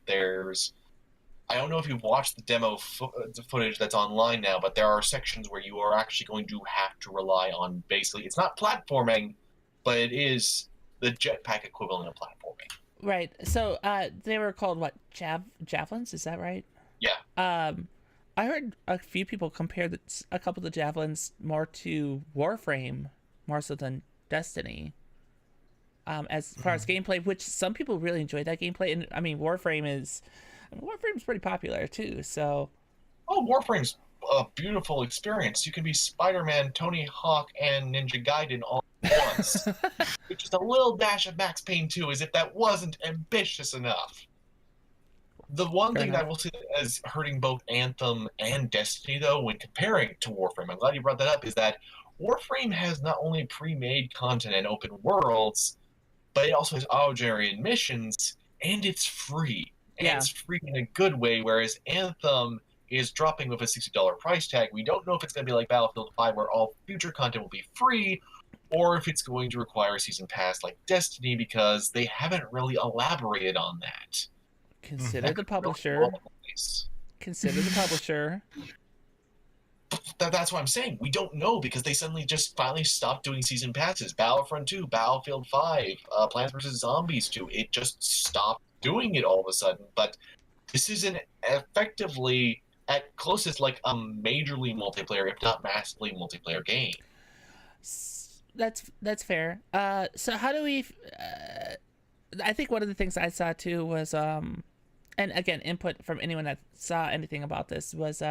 in the major city, the original trailer showed it more lively and popping than the gameplay actually showed. It was rather empty, but there was still a lot of like ambient talking sounds. Thoughts? I know why, but I can't say. Games looking better in trailers than they are actually. Is this a surprise to anyone? I mean... I don't know. It's part of the reason I actually want to take days off from my day job in the middle of June and do a Newbcast snark along for the press conferences. I think that would be a lot of fun. I'd love to watch that. Gosh. Please. Yeah, I don't know. Like, the only thing I really have to say about Anthem is and this isn't by any stretch an original thought. Ever since EA bought them, they've been making them do games that they're not. Like, I think Jim Sterling put it best. So, he said it's not in their wheelhouse. Like, BioWare make fantastic story-driven RPGs, and you're asking them. It's like asking, I don't know, like asking I'm trying to think of a good comparison. I guess it's like asking someone who builds really great bicycles to make a sports. Like, it's a completely different kind of related but unrelated. I was about to say, like, Squeenix making a racing game, right? Right. Yeah. I see what you're saying. A better comparison, but yeah. Can I play devil's advocate for just one moment here, though? I agree. I have played the Master Trilogy too many damn times to disagree. I even love Dragon Age 2. But the thing is, they've actually gotten decent at making some fun gameplay with some of their racing games. And before they got known for CRPGs... the very first game BioWare put out was a mech warrior knockoff. It's not that they never really valued gameplay, just they kind of fell into a very comfortable niche. So there's a part of me that understands why they would want to go back to something else that they did, because in a way, I'm wondering how much of this is them looking at those games that they made beforehand, looking at all the different things that they've done, and what's something new we could do. Plus, at the time when they were working on Anthem, at the very start, they thought they were the only ones who came up with it. Destiny was a huge surprise to them, from what I understand. It was one of those really unlucky coincidences. So, I don't think it's all EA. I can't believe that it's all EA, because I've heard so many positive things about it. As long as we're not talking about the management at Visceral and how they handle things there are times when EA actually tries to foster creativity as much as they also try to get as much money out of it as possible. There are actually positive employee stories that are like... I'm skeptical about that, to be honest. I was too! Yeah. I have no idea like what the relationship between EA and BioWare is, how much sort of latitude BioWare actually has on any of the titles they make, or whether, whether everything comes from on high. So I can't really comment on that. But difficult with them is Star Wars. Star Wars seems to be the main thing, and we will be getting to that later. But just I firmly believe that EA is all on board for a games as a service title, but I gotta believe that on some level BioWare wanted to make this, because if they just wanted to make a games as a service title under the BioWare brand, they could have just used Mass Effect or Dragon Age. They could have used any IP that was sitting around to make it happen. In fact, they almost already had one. There was that urban fantasy one that was going to be basically a dungeon master versus their players in PvP. But they canceled that because BioWare was like, yeah, this isn't going to work. And from what I understand, that was BioWare's call. So they seem to at least have more control than most of the studios. It seems to be like EA, DICE, BioWare. Everybody else who unfortunately works there. I don't know. I guess I'm kind of with Rambol. Like, I'm not doubting it, but I just have a hard time that fostering creativity and EA belong in the same sentence. I know it's very easy to jump on the EA hate bandwagon, but it's for good reason. I mean, they make games for their shareholders. They don't make games for us. I think that's just, I don't know. I don't think there's anything hyperbolic about it. I think, they just want to make money. And they even have, at previous times, encouraged. Dead Space, Saboteur, and Mirror's Edge came because Riccatello realized they needed to diversify their line. And DICE themselves went out of the way to convince them that, yes, really, people will like Battlefield 1, even if it's set in World War 1. They went out of their way to convince the executives, and they were able to win them over. So it's not impossible to imagine this. It's just there's certain IPs that certain people there might not be as keen on having. Maybe. Of course, I guess on the other side of that with BioWare too, and with the creativity part of it, like if they were to have something like Dragon Age and whatnot in their storytelling, a lot of the original staff isn't there anymore. I mean, there was an exodus out of BioWare, just like there was an exodus out of Blizzard or some of these other like very fan or these developers / publishers that had fan clout, for lack of better terms. So I guess it's I've heard it from what I was able to research in, and anyone can feel free to disagree with this, but the game's got potential. It's not a complete bust. It's different enough from Destiny that it's not a Destiny ripoff. It's different enough from Warframe where it's not a Warframe ripoff, whereas its own thing. And when 1.0 launches in a month, maybe it'd be worth its time. In the meantime, some of the problems that we do see, ultimately it's beta's beta. Yeah. Is that a general consensus we all agree with? Oh, all the complaints about the server load has started a whole thread of just basically all sorts of game press and game developers going, because PC Gamer ran a piece basically being like, gee, wouldn't you like it if there was a day one release where there weren't disconnects? And everyone's being like, it's not day one release. And do you know how servers work? Because I don't think you guys do. It's never easy. You never have a smooth launch. It's a miracle if you do. Here's the thing, especially when there's like a set date on beta testing. This is something that a game developer that Crafty and I know was talking to us about, is when you have a beta, like a closed beta date that's like a weekend or like 4 days. You know what they're doing? They're stress testing their servers. There are going to be crashes because they are stress testing it to see what the load is, so they know what to expect. It's a beta. Yeah. As long as we treat the same amount of skepticism over here and don't immediately say, well, gosh, I'm going to go and buy this game on pre-order because I think I'm going to like it for whatever that material ends up being at the end, then you're good. Just like the commandment says, do not pre-order. Here, I'll even add the reverb. We're at the house. Good. Do not pre-order. Oh, not pre-order. Rambol, the house, the house space, the house rule. This house does not pre-order. Yes, no. Don't do that. Please don't pre-order.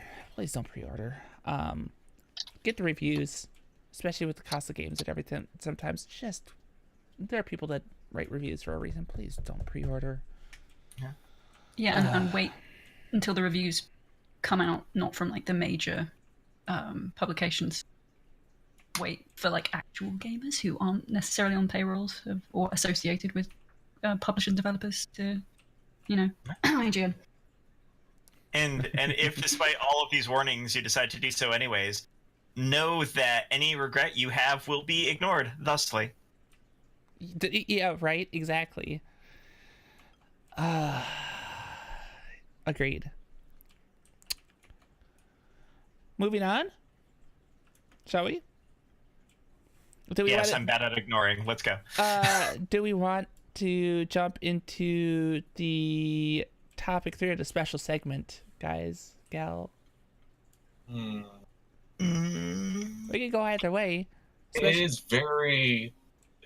has a lot of connective tissue there. With the special segment? And then topic 3 could be a nice way to, add some levity towards the end. I like it. Yeah. I like it. Hashtag topic 3, everybody. Hashtag topic 3. So that being said, I suppose the tie into this, and it would have been a great segue, is so talking about EA and BioWare and EA's possibility of squandering things. Let's talk about Star Wars. Possibility? We're treating it as a hypothetical. I kind of feel guilty talking about this now that I've heard the story with Rambol. Like, if this brings back bad experiences and bad memories for you, like... I'm fine, I have a good therapist. You okay. Go for it. Yeah, so it's after the announcement that a BioWare... correct me if I'm wrong. It was a BioWare developed Star Wars game that was just axed. There were some concerns about EA and their ability to put out a Star Wars game because in the last 5 years they have put out 2 titles, Battlefront and Battlefront 2.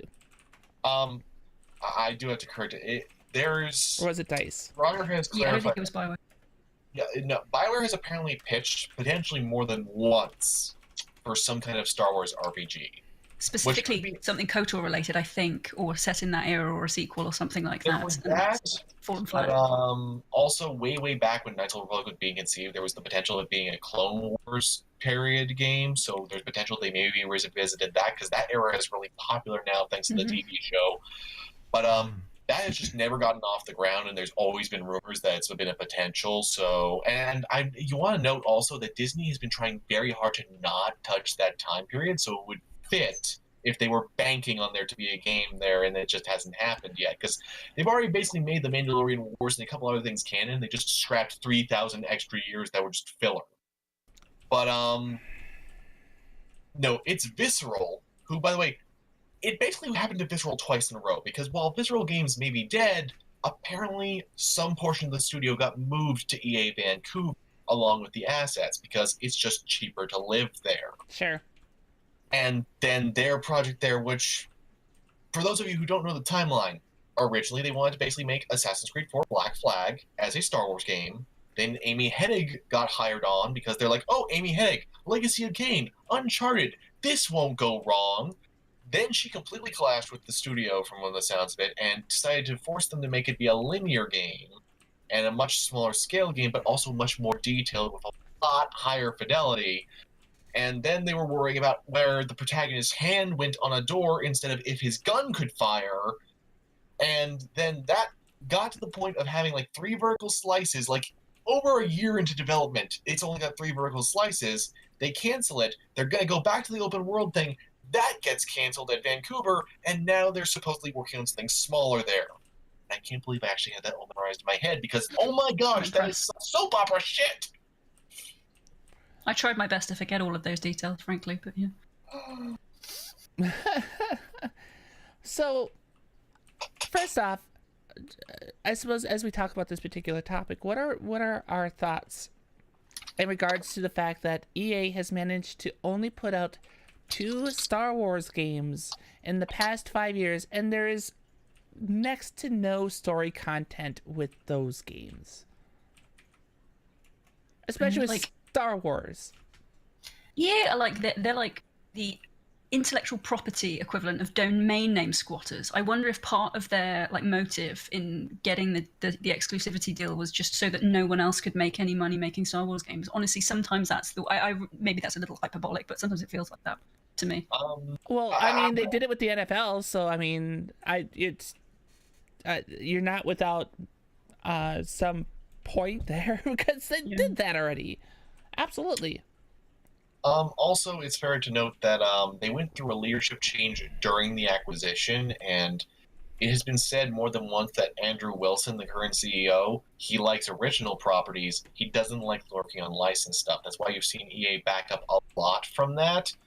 That's why I firmly believe that's why we knew about Titanfall 3 before we knew about Jedi Fallen Order, even though Jedi Fallen Order is going to easily come out a year, if not more, before Titanfall 3. There's just such a weird handling of just everything with the Star Wars license. They're always trying to assure the fans, but besides that, it's like there is actually no concrete plan whatsoever. It's fucking worse than the actual exposition of the new lore in the movies. It's just that haphazard.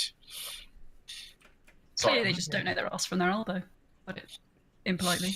The levels of I realize that at various different stages of development, projects in any medium will get nixed, right? But to be so going back to Visceral, to hire Amy Hennig and be surprised and disappointed when you get Star Wars Uncharted, we kind of had something else in mind. It's again like they have this habit of getting you hire a certain person with a certain kind of skill set and a certain kind of experience to do a certain kind of work, and then you act surprised when you get it. Like that wasn't what you wanted. I don't know. It's continually astonishing to me how I would really like to be a fly on the wall in an EA boardroom, because I don't know what the hell they're smoking. And actually, that brings to mind a good point, which is EA Motive is supposedly working on their own Star Wars game. It got sidelined when they had to help with the Battlefront 2 campaign, which not exactly great work there on Motive's part, but whatever. Apparently some of that was hamstrung by The Last Jedi. They couldn't reveal certain things that then never ended up in the script anyway. But Motive, they had Jade Raymond, and here's my thought. Why wasn't Raymond put with Visceral? If they wanted to make an open world game, that is her skill set. She made Assassin's Creed Liberation work when no one would have thought it would have worked. And, Motive, clearly they like things linear based on what we've seen from their only real output. Why not have Hennig there? It would have been such a simple thing.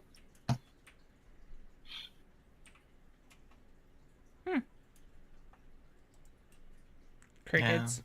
Crickets. Disney. I mean, it's a lot of mistakes and a lot of mismanagement. Yeah. 100%. A lot of wasted money and wasted time and wasted effort and wasted talent. It's the thing that just astonishes me. Like they've got so many like talented writers and developers that they could be putting, whose talent they could be exploiting. And it's just astonishing. If they want to make money, and if EA's objective is to make money, they're going about it the wrong way. Sure. Yeah. We want to give you money for Star Wars. Yeah. Please let us give you money. Me in particular. The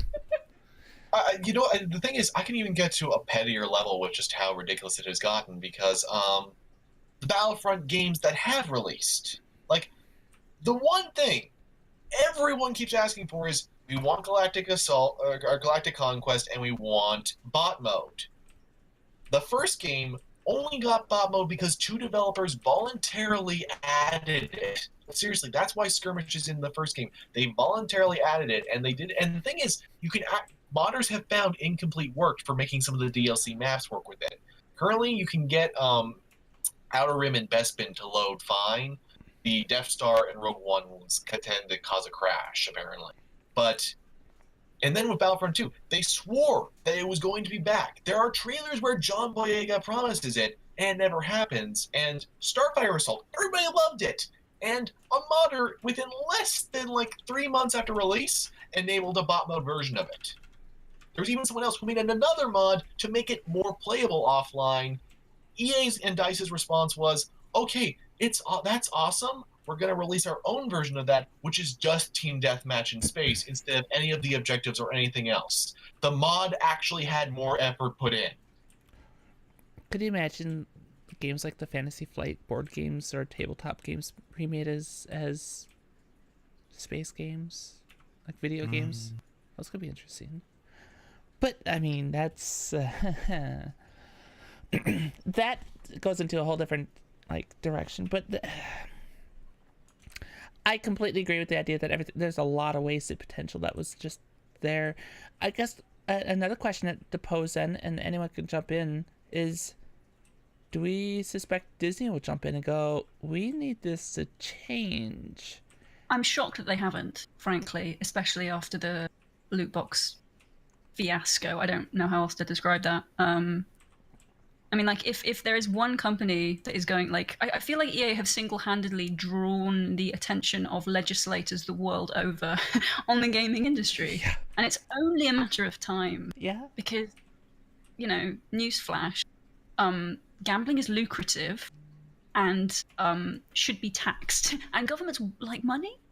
And that's going to happen sooner rather than later if they continue to push in this direction, to say nothing of the ethics of, promoting and pushing gambling on, let's be honest, kids.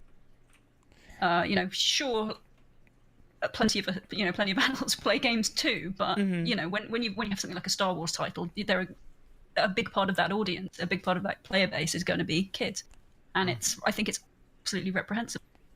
Agreed. So yeah, I don't know. I think the exclusivity and obviously Disney, their primary market is children. So yeah, if there has got to be something in that contract that gives them a get out of jail free card. If so, I don't know what that why they haven't stepped in if they haven't been able to. Supposedly they did. The rumor is that they made a call, and it was right after that the loot boxes basically got ripped out of Battlefront 2 and all of that started to happen. Well, first it was the microtransactions got ripped out. There were still loot boxes. Mm-hmm. And for the record, I just want to say here, as someone who actually played the game when loot boxes were there, it wasn't even a well-designed system. There were ways to actually exploit it. My Leia is level 23. I have not played her that long. It was just that easy to misappropriate certain parts of the loot box system to max her out. So it was going to blow up in their faces one way or another. But supposedly, after this phone call, that's when things started to change. It was sort of just, I think it was supposed to be Bob Iger called them or something. Someone high up at Disney was sort of we're seeing this in the news. Do something. Yeah. And it was in that second that you suddenly see EA start to backpedal on all of the things. But also, why all of the content that was supposed to be out months ago is just finally hitting the game now. They've slowed all post-launch support to a crawl, almost out of protest. So, the other question is then, who would they go to with it? Who would Disney go to? If Disney says, this agreement isn't working out, this clause over here lets me get out, who would Disney want to work with? Anyone. Why have an exclusivity deal? It makes no sense. LucasArts to just have everybody working for them. Sorry? It worked for LucasArts to have tons of different people. Exactly. Look at the PS2 and Xbox era. We had close to 20 games across all sorts of genres. They even somehow managed to get a good Star Wars fighting game in Revenge of the Sith, for crying out loud. We have so many more resources and developers now. I think it just must be an old boys club, really. Someone clearly did very well off financially from that deal, and damn the consequences. I can see that. That's the only conclusion I can draw from it all. But I mean, that meme that's been making the rounds about the number of just all of the games that were made in that 5-year period compared to since EA have acquired that license. Yeah, I don't know. The proposal in the chat. Sorry, I don't mean to. The chat just proposed Square Enix. Well, yeah, I mean, look at Kingdom Hearts. I mean, that's a thought. Rather Square Enix than EA. Yeah. If you had to go for an exclusive deal, but yeah, I just don't see the sense. I don't see the reason in it, because Star Wars is such a huge universe, and there are so many different kinds of games you can make. There's the Rogue Squadron games. There are RPGs like Knights of the Republic. There are the Jedi Knight series. That's some of the best combat. Specifically lightsaber combat, but just in general, some of the best combat in a game that I can remember playing. I love that game to pieces. Was heartbroken when the Xbox servers went down for it, but yeah, I mean, there are so many different kinds of games that you could make. Why would you be like, only one studio, only one publisher can make games for this IP? Like, it just doesn't make any. To me, it doesn't make economic sense, and it certainly doesn't make sense. From the perspective of gamers. No, that makes a lot of sense, because one of my guilty pleasures when it comes to Star Wars games is actually Empire at War. That's one of my favorites. Well, exactly. Yeah. So I kind of understand. Here's the thing: standing back and going back into my head back when they announced the exclusivity deal, there was two immediate responses. One, thank you God it's not Activision, because that would be even worse. Let's face it, it would be worse. But two, the developers under EA at the time seemed perfect for it. They have BioWare, they have Visceral, they have DICE, they have Respawn. They have the perfect developers for this. They're just not in any way utilizing them. Well, and the perfect developers for this. And I mean, some stuff has changed in the interim. Yeah. No, you're right. Yeah. But even bringing up the publisher side of things, going back to the Squeenix one, there's Montreal, there's Crystal Dynamics, there's the Squeenix developers over in, is it Kyoto where they are? I think so. If we talk about publishers, if we're talking a publisher level, there's a lot of houses that it could go to, but the question is it a case of, will they do that because that's what Disney was doing, or will they go back to LucasArts' approach on it? No, Disney has outright said that they are out of the game. That's why they also canceled Disney Infinity 4.0, which unfortunately, it hurts me to say this. They were so far along with that. They were going to finally be meshing the Star Wars with everything else. There's a demo video now where you can see Yoda and Aladdin enough interacting with each other, and it looks all kinds of awesome. But yeah, no, Disney's just like, look, we have no idea how to do this. We've repeatedly said this. Even when we get something good, we don't seem to apparently understand when it's good. So we're just handing this off to someone else, and we'll have a mobile games division. They tried one browser game, and it blew up in their face before it even got out of beta. Well, because their Frozen Match 3 mobile game was such a blasting success. Oh, they had a Rogue Squadron multiplayer thing. That's another one that I played that unfortunately I'm under NDA for, and I'm still pissed that it got canceled because there was promise there. It was like Star Wars. I forget if it was like Space Assault or Squadron. It was something like that. Who was developing that specifically? It was like the Farm 51 or something. Some small, like Eastern European studio, okay. But it was actually, I can still see remnants of it in the Battlefront 2 space combat. There's still some models and things that clearly were carried over. Fair enough. But I always want George Lucas back. Never thought I'd say that. I wonder how he feels about that. About this now. We're just sorry. About the whole thing. We're sorry. Will you take us back? Yeah. Do over. I think, even though he sort of always had the final say, as far as I'm aware, about sort of major story things, he clearly seemed quite happy to just let people get on with it and exercise their creativity and artistic license, which Disney are not doing. I think they want it on lockdown.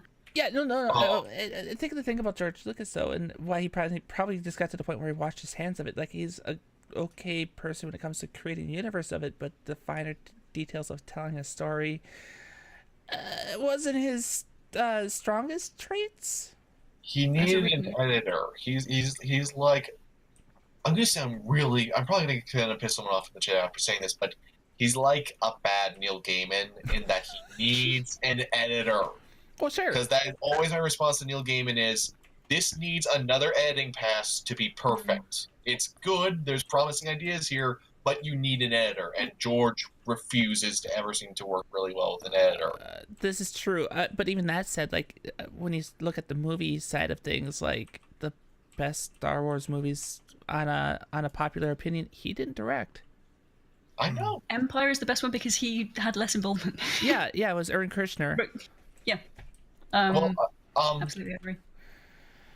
It's remind me of something that may make some of us who actually remember the Legends timeline sad, in that right before the acquisition, Hayden Blackman apparently had drafted up an idea for what would have effectively been the gaming equivalent of The Force Awakens following Ben Skywalker. Apparently, it was very early on. It was looking to be something of an action RPG, and I am never going to stop just going, we're that close. And I could go on about that about like a dozen things that got canceled right there at the end. But I wouldn't say that going back to just straight up LucasArts times would be perfect, because LucasArts itself, I mean, we all know it went into a funk right towards the end there because it also had mismanagement issues. Really, I think that's more than anything else, is that pretty much the Star Wars brand needs to be put under someone who understands it and who understands that you will make money. You don't have to worry. You will make money. So just be creative about it. I feel like that's subjective, though. Someone that knows it, I feel like that's a subjective term. I know, but you know what I mean. I'm talking about someone who is like, treating it as this is our obligation. Someone who actually has a passion for it, which EA's very clearly demonstrated. Their developers do, they don't. So, like, whoever would publish it, I would want it to be someone who would want to capitalize on it and expand upon it. So that's why I've always wondered if Ubisoft might be a good fit. I think it would be from going from the fire into the frying pan, giving it to Ubisoft, surely. Like, I don't know. Like, I think it's a broader problem with sort of games, with the games industry right now, is that it's just game designed by committee. It is. Well, and rather than letting it's in a sense of direction. Yeah. Right. Well, and do what they do best and make successes. It's just sort of like, yeah.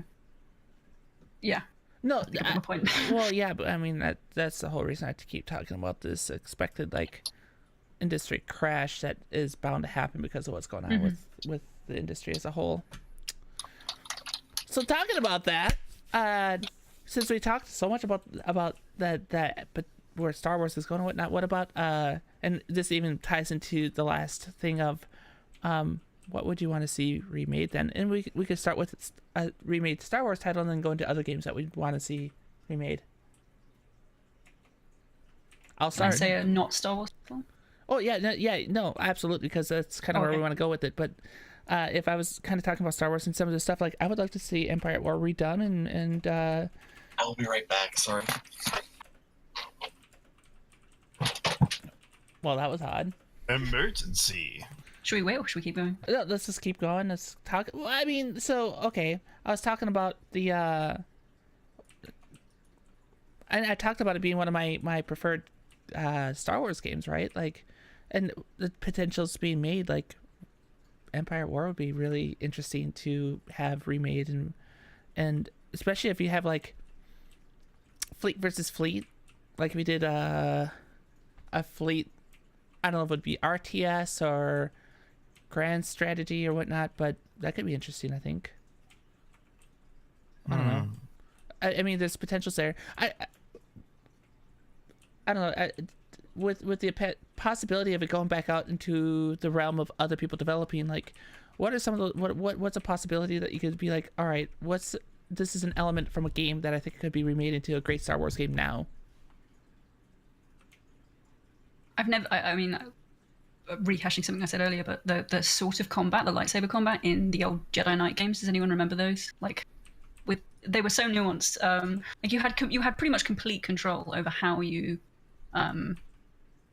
use the lightsaber, and this is just massively nerdy, but yeah, like if I had to pick a game to remake, it would be one of the Jedi Knight series. And they were also great stories as well. I thought Kyle Katarn's character, sure, maybe it's a bit cheesy now, but like, and it's not it's not the Odyssey, but it's I thought it was a pretty good example of storytelling.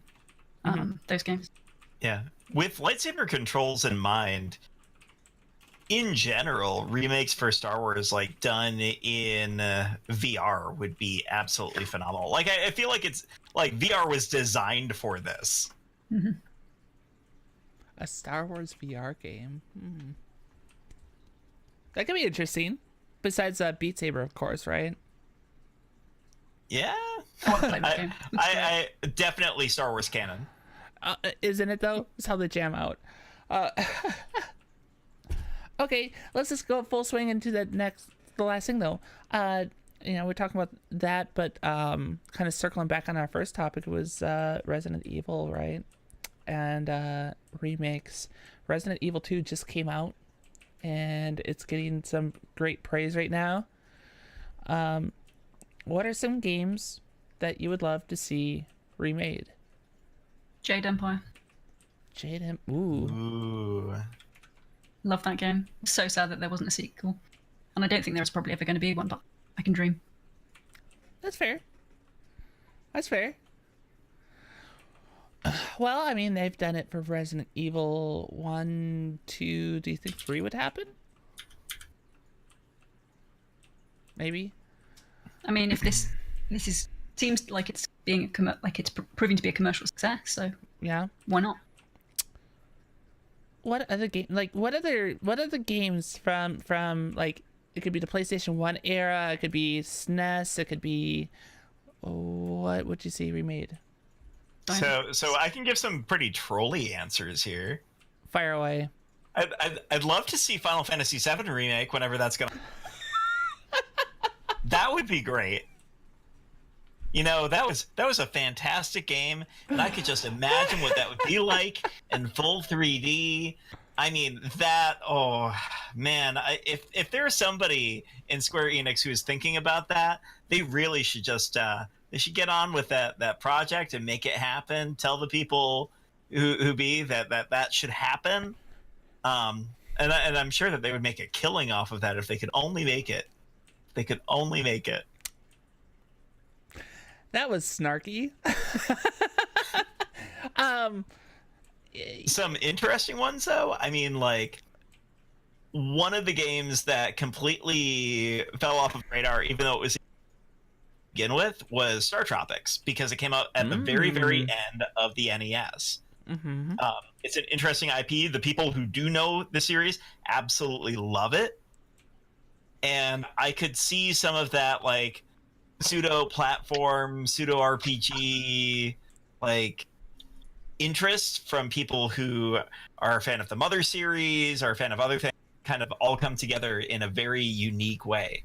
So if somebody were to come in and make a remake of that, I think it would do well. Okay.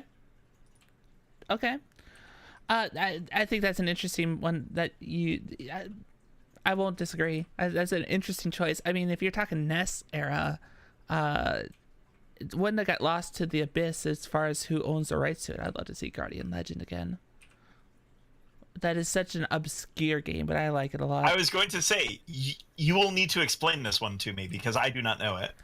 Oh God, where do I start with this one? It's about an alien. Basically, this planet got completely taken over by aliens, and this last fighter was trying to fight for her planet back.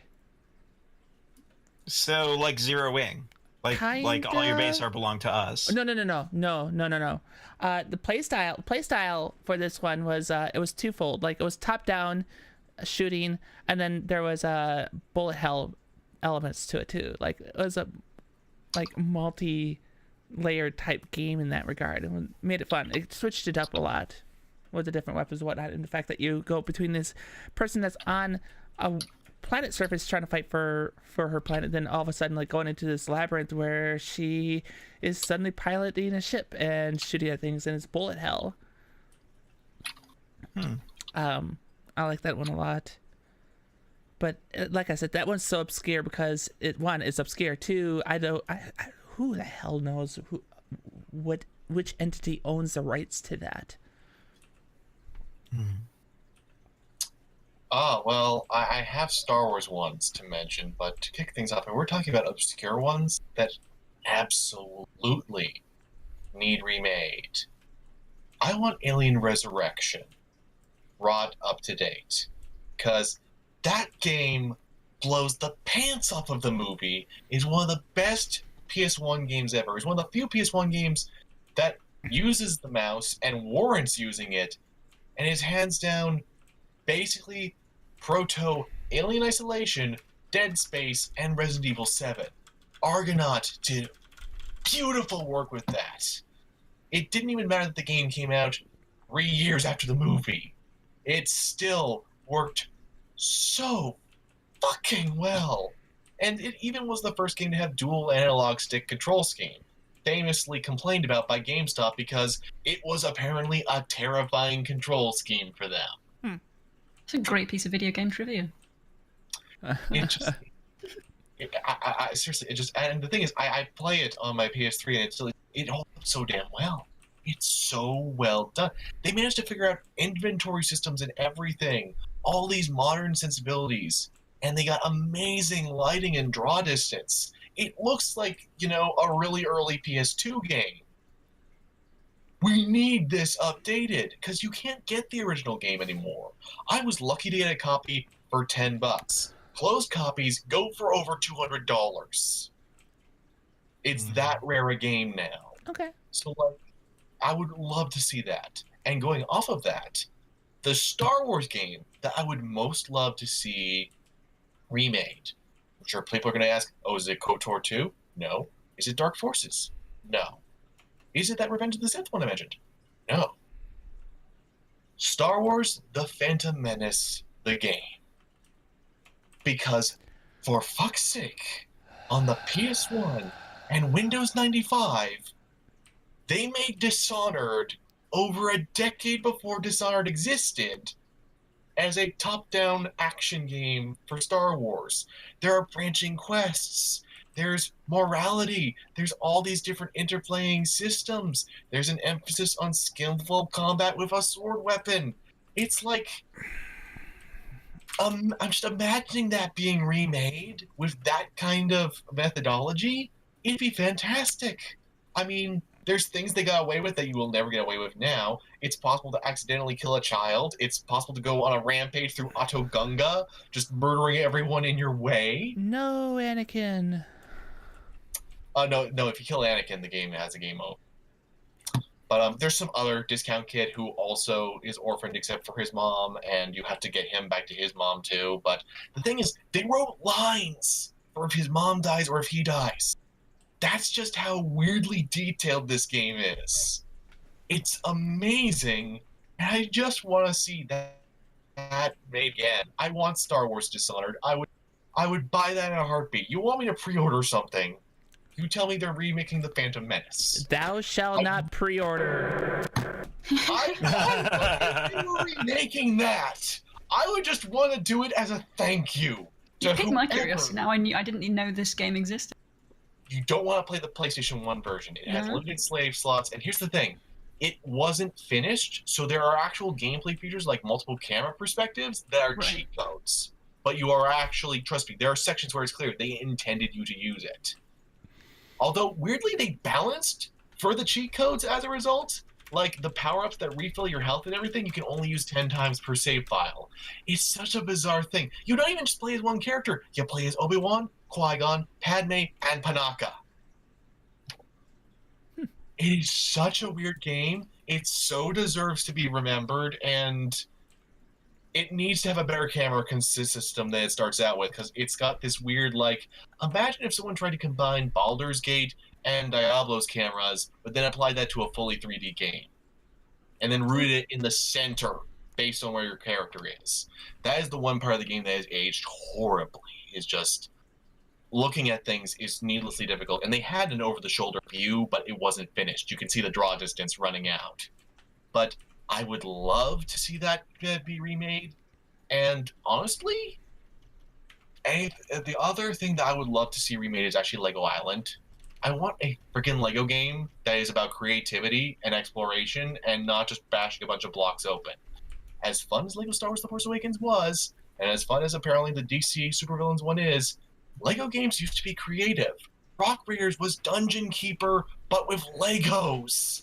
And the Lego Racer ones, the one let you make your own tracks, the other one let you create your own cars with unique stats based on how heavy you made them.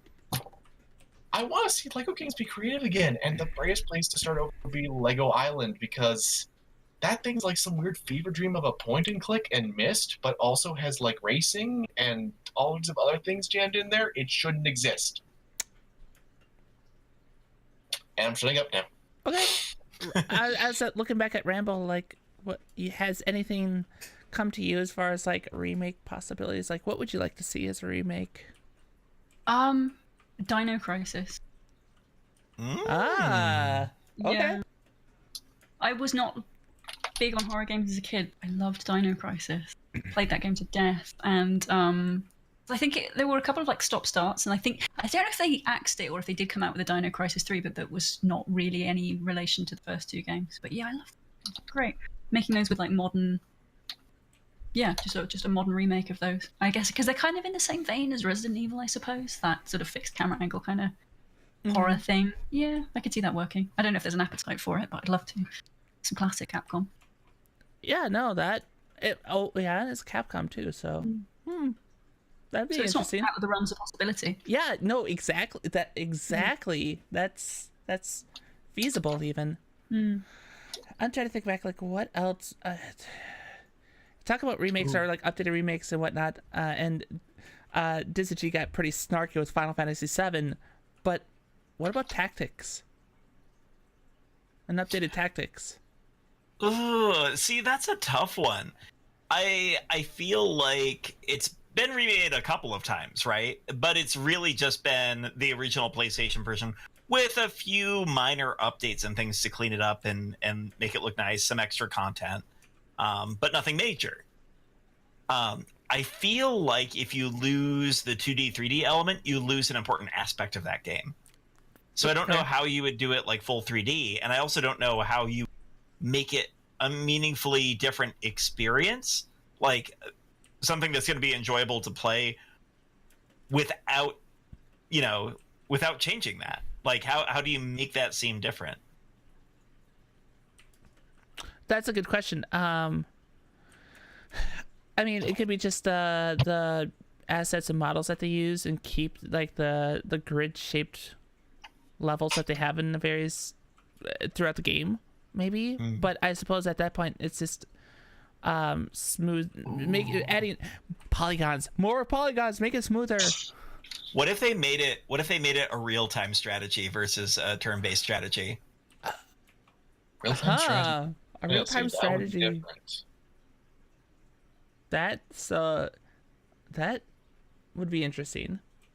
That'd be interesting. I mean, it wasn't a Phoenix Down when Lightning Returns toyed around with it, one-on-one scale. Yeah. No one's gonna smack me for that pun? Wow. I've broken you all. I'm crying inside.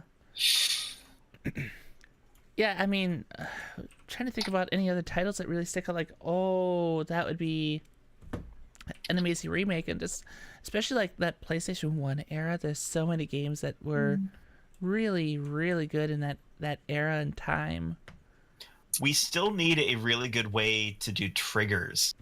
And do like rail shooters. Like a remake of so many different rail shooters would be awesome. And I can think of a few, like Elemental Gearbolt I'm in love with. I just went to check and see how much it is to get a brand new copy of it. It's $500 on Amazon, by the way. It is a collector's item. But I would love to play that again as a remade version. I think it's a really cool story that's told in a rail shooter. I think that environment hasn't been explored it recently, but that's also because of limitations in systems and controls. Sorry, had one. Legend of Dragoon. I got one too. You go first. Legends of Dragoon. Yeah. That kind of, sort of, at least got a remaster by proxy because didn't the first one and Orta both get ported? Yeah, they're on Xbox One, and the first one came inside Orta, so you can actually technically play it upscaled on an Xbox One X to 4K through emulation through Orta. I did not know this. Well, that might be a thing. I would love to actually see one that is created natively for the updated most current system. That'd be great. Or Yeah. I mean, there's so many of those JRPGs, especially of that era. I mean, you've got that. You've got Wild Arms. You've got, how many Final Fantasy games? You've got, gosh, there's so many more. Oh wait, I meant Panzer Dragoon. Sorry. Legaia. Yes. Oh, Legaia. Yep, Legends of Legaia. Legends of Legaia, especially with the fight combos. Yeah, that'd be cool. Legends of How about Mana? Xenogears? Ooh, that'd be good. Or Dot Hack.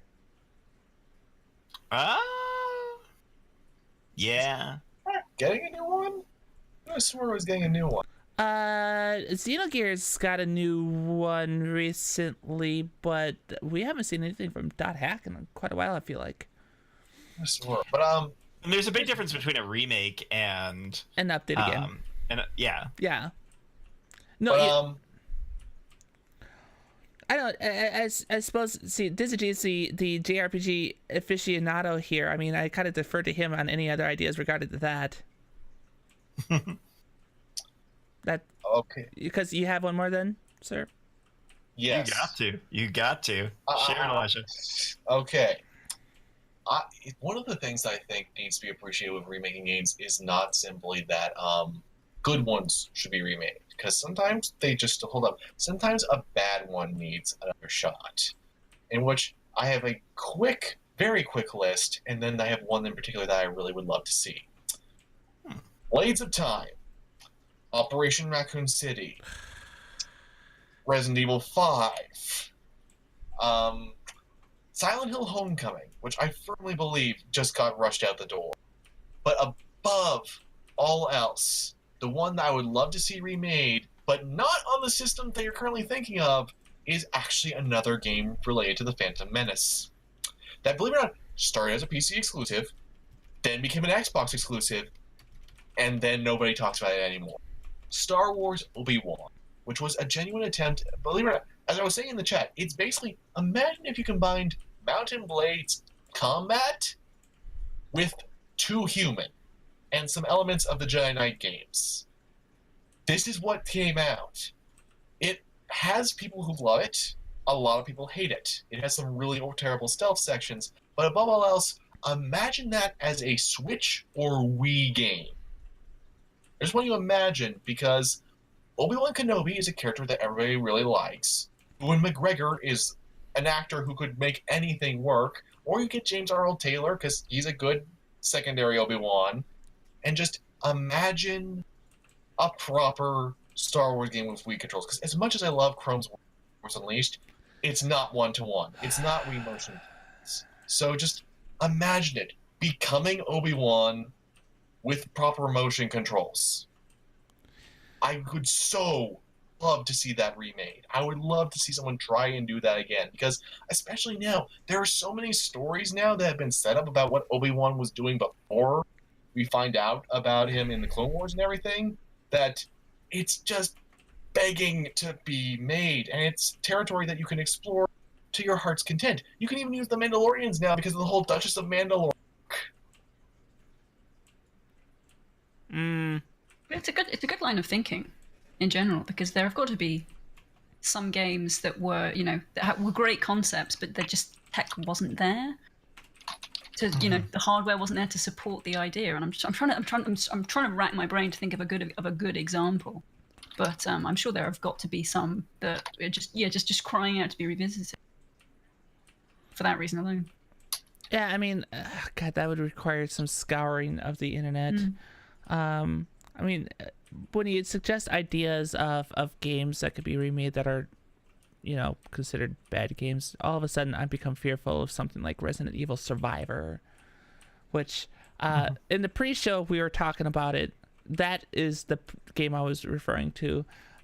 It was the first-person shooter Resident Evil game that was on the PlayStation 1, and I thought it resembled an abortion. It was bad, and the fact, words. Yeah, look, I mean, I got to that last boss. I beat the last boss, and all of a sudden it's like, is this the end of the game? That was 3 hours. That was a 3-hour game. It was full retail.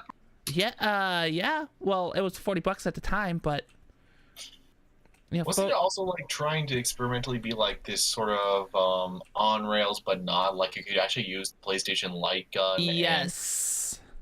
Because I remember that being a thing, and they would later try to revisit it with Time Crisis 5, and it didn't go well there either. No, it really didn't. See, I become fearful of something like that because that was a bad game. That was a really bad game. So I'm fearful of something like that, or God, if you want to think about bad games, there are plenty out there, and there's a lot of other ones that, like, is it Steel Battalion? That would be interesting if they try to remake that, or if they tried to do Armored Core games remade, or this is my last one, just to throw out there as like an obscure one. It's not a bad game, but because of the way it's played, Firestorm 2.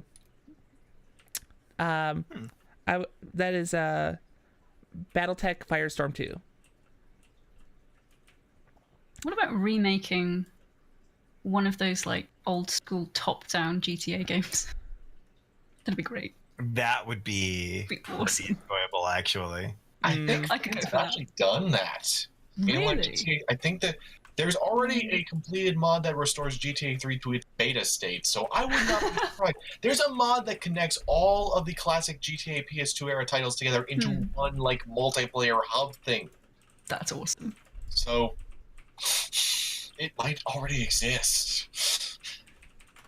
I'd love to see Rockstar do like that in a new setting though. Like yeah, just put their whole like, you know, typical GTA 5 tier budget into a little old top-down game. Great. That I mean, yeah, that could be fun. That could be fun. Of course, Maybe that's the secret answer to these giant budget issues. Why don't we just cut the budget and do a very, very slick, straight up, top down? Yeah. Like, awesome.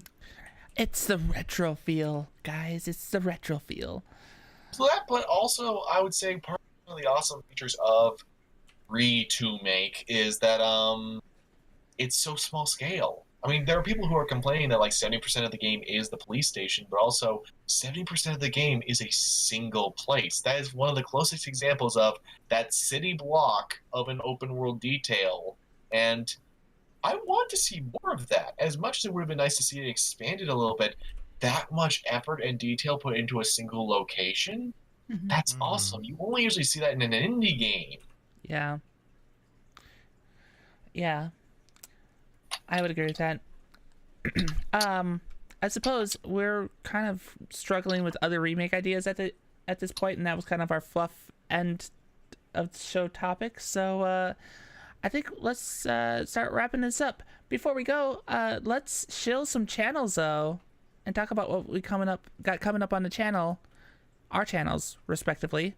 And we'll start with our guest this week, Rambol. What's going on? What's coming up on your channel, and where can we find you? Okay, so for starters, on Twitch, I'm Rambol, and on Twitter, RambleNet, because someone took Rambol from me. I'm streaming.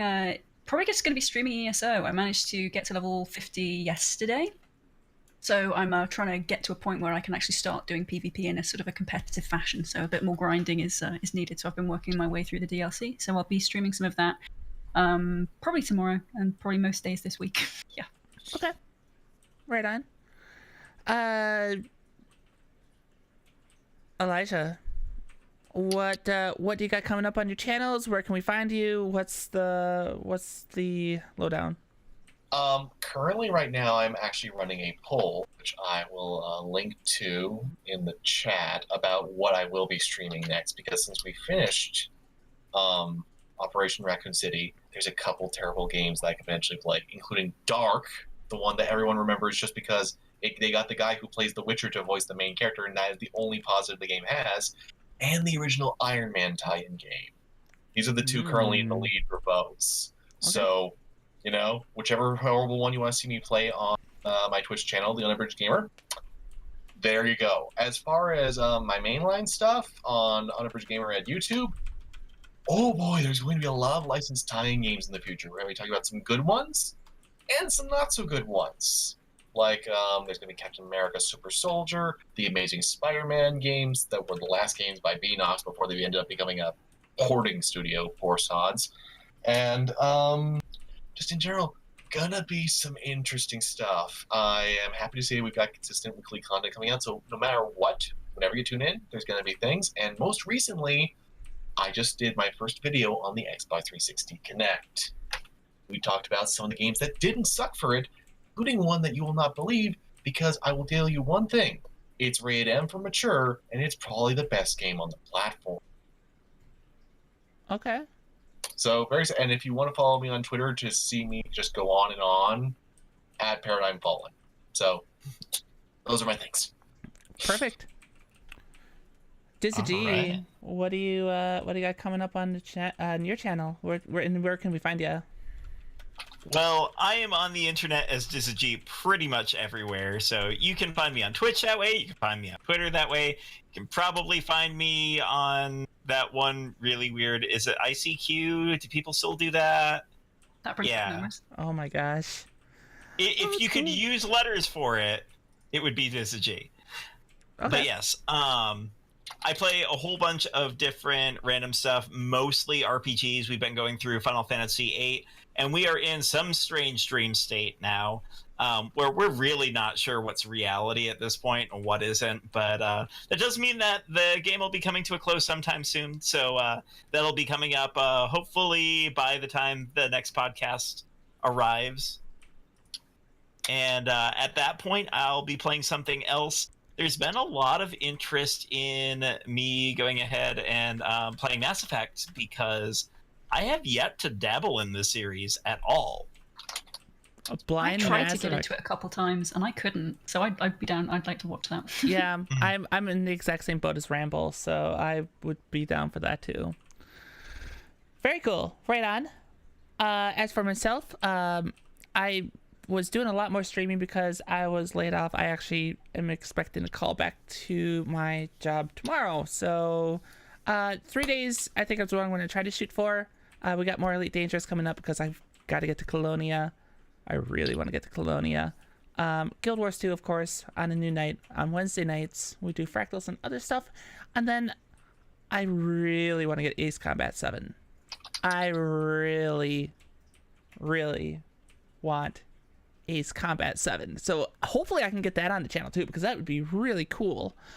I have one question. Yes. Are you going to Colonia to get that wonderful musk they have? Can we get a something blunt and heavy, please? Just that's really the hush. Stop you. Stop. I love the chat right now. Thank you, That was pretty Dizzy. good, actually. Yeah.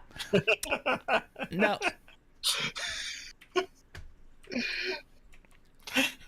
You should be ashamed of yourself. No, we got Unlike that. those shooters, this does not have rails. No, it clearly doesn't. So if it did, we have lost them a long time ago. No kidding, right? Sometimes we talk about game-related stuff on here. No. So Elite, Guild Wars, that I can see if I can get ESO to work too, but I don't know. We'll try to mix it up. We'll try to mix it up. We'll see what we can do. That being said, as we wrap up here too, we are going to be in the Newbcast Discord after the show, so if you would like to chat with any of us there, please feel free to jump into the Discord. We'll be there hanging out and chatting as well. We'd love to hear some of the remakes that people want to see in there as well, because I think there's a lot of conversation to be had. And you don't have to choose just one of us to chat with, by the way. You can chat with all of us collectively. Exactly. No favorites. And we're all judging you and your questions. No, Lordy. Oh boy. I suppose that being said, for Rambol, the Unabridged Gamer, and Dizzy. My name is Miss Michelle Jean. Thank you so much for watching the Newbcast Podcast, and have yourself a fantastic evening.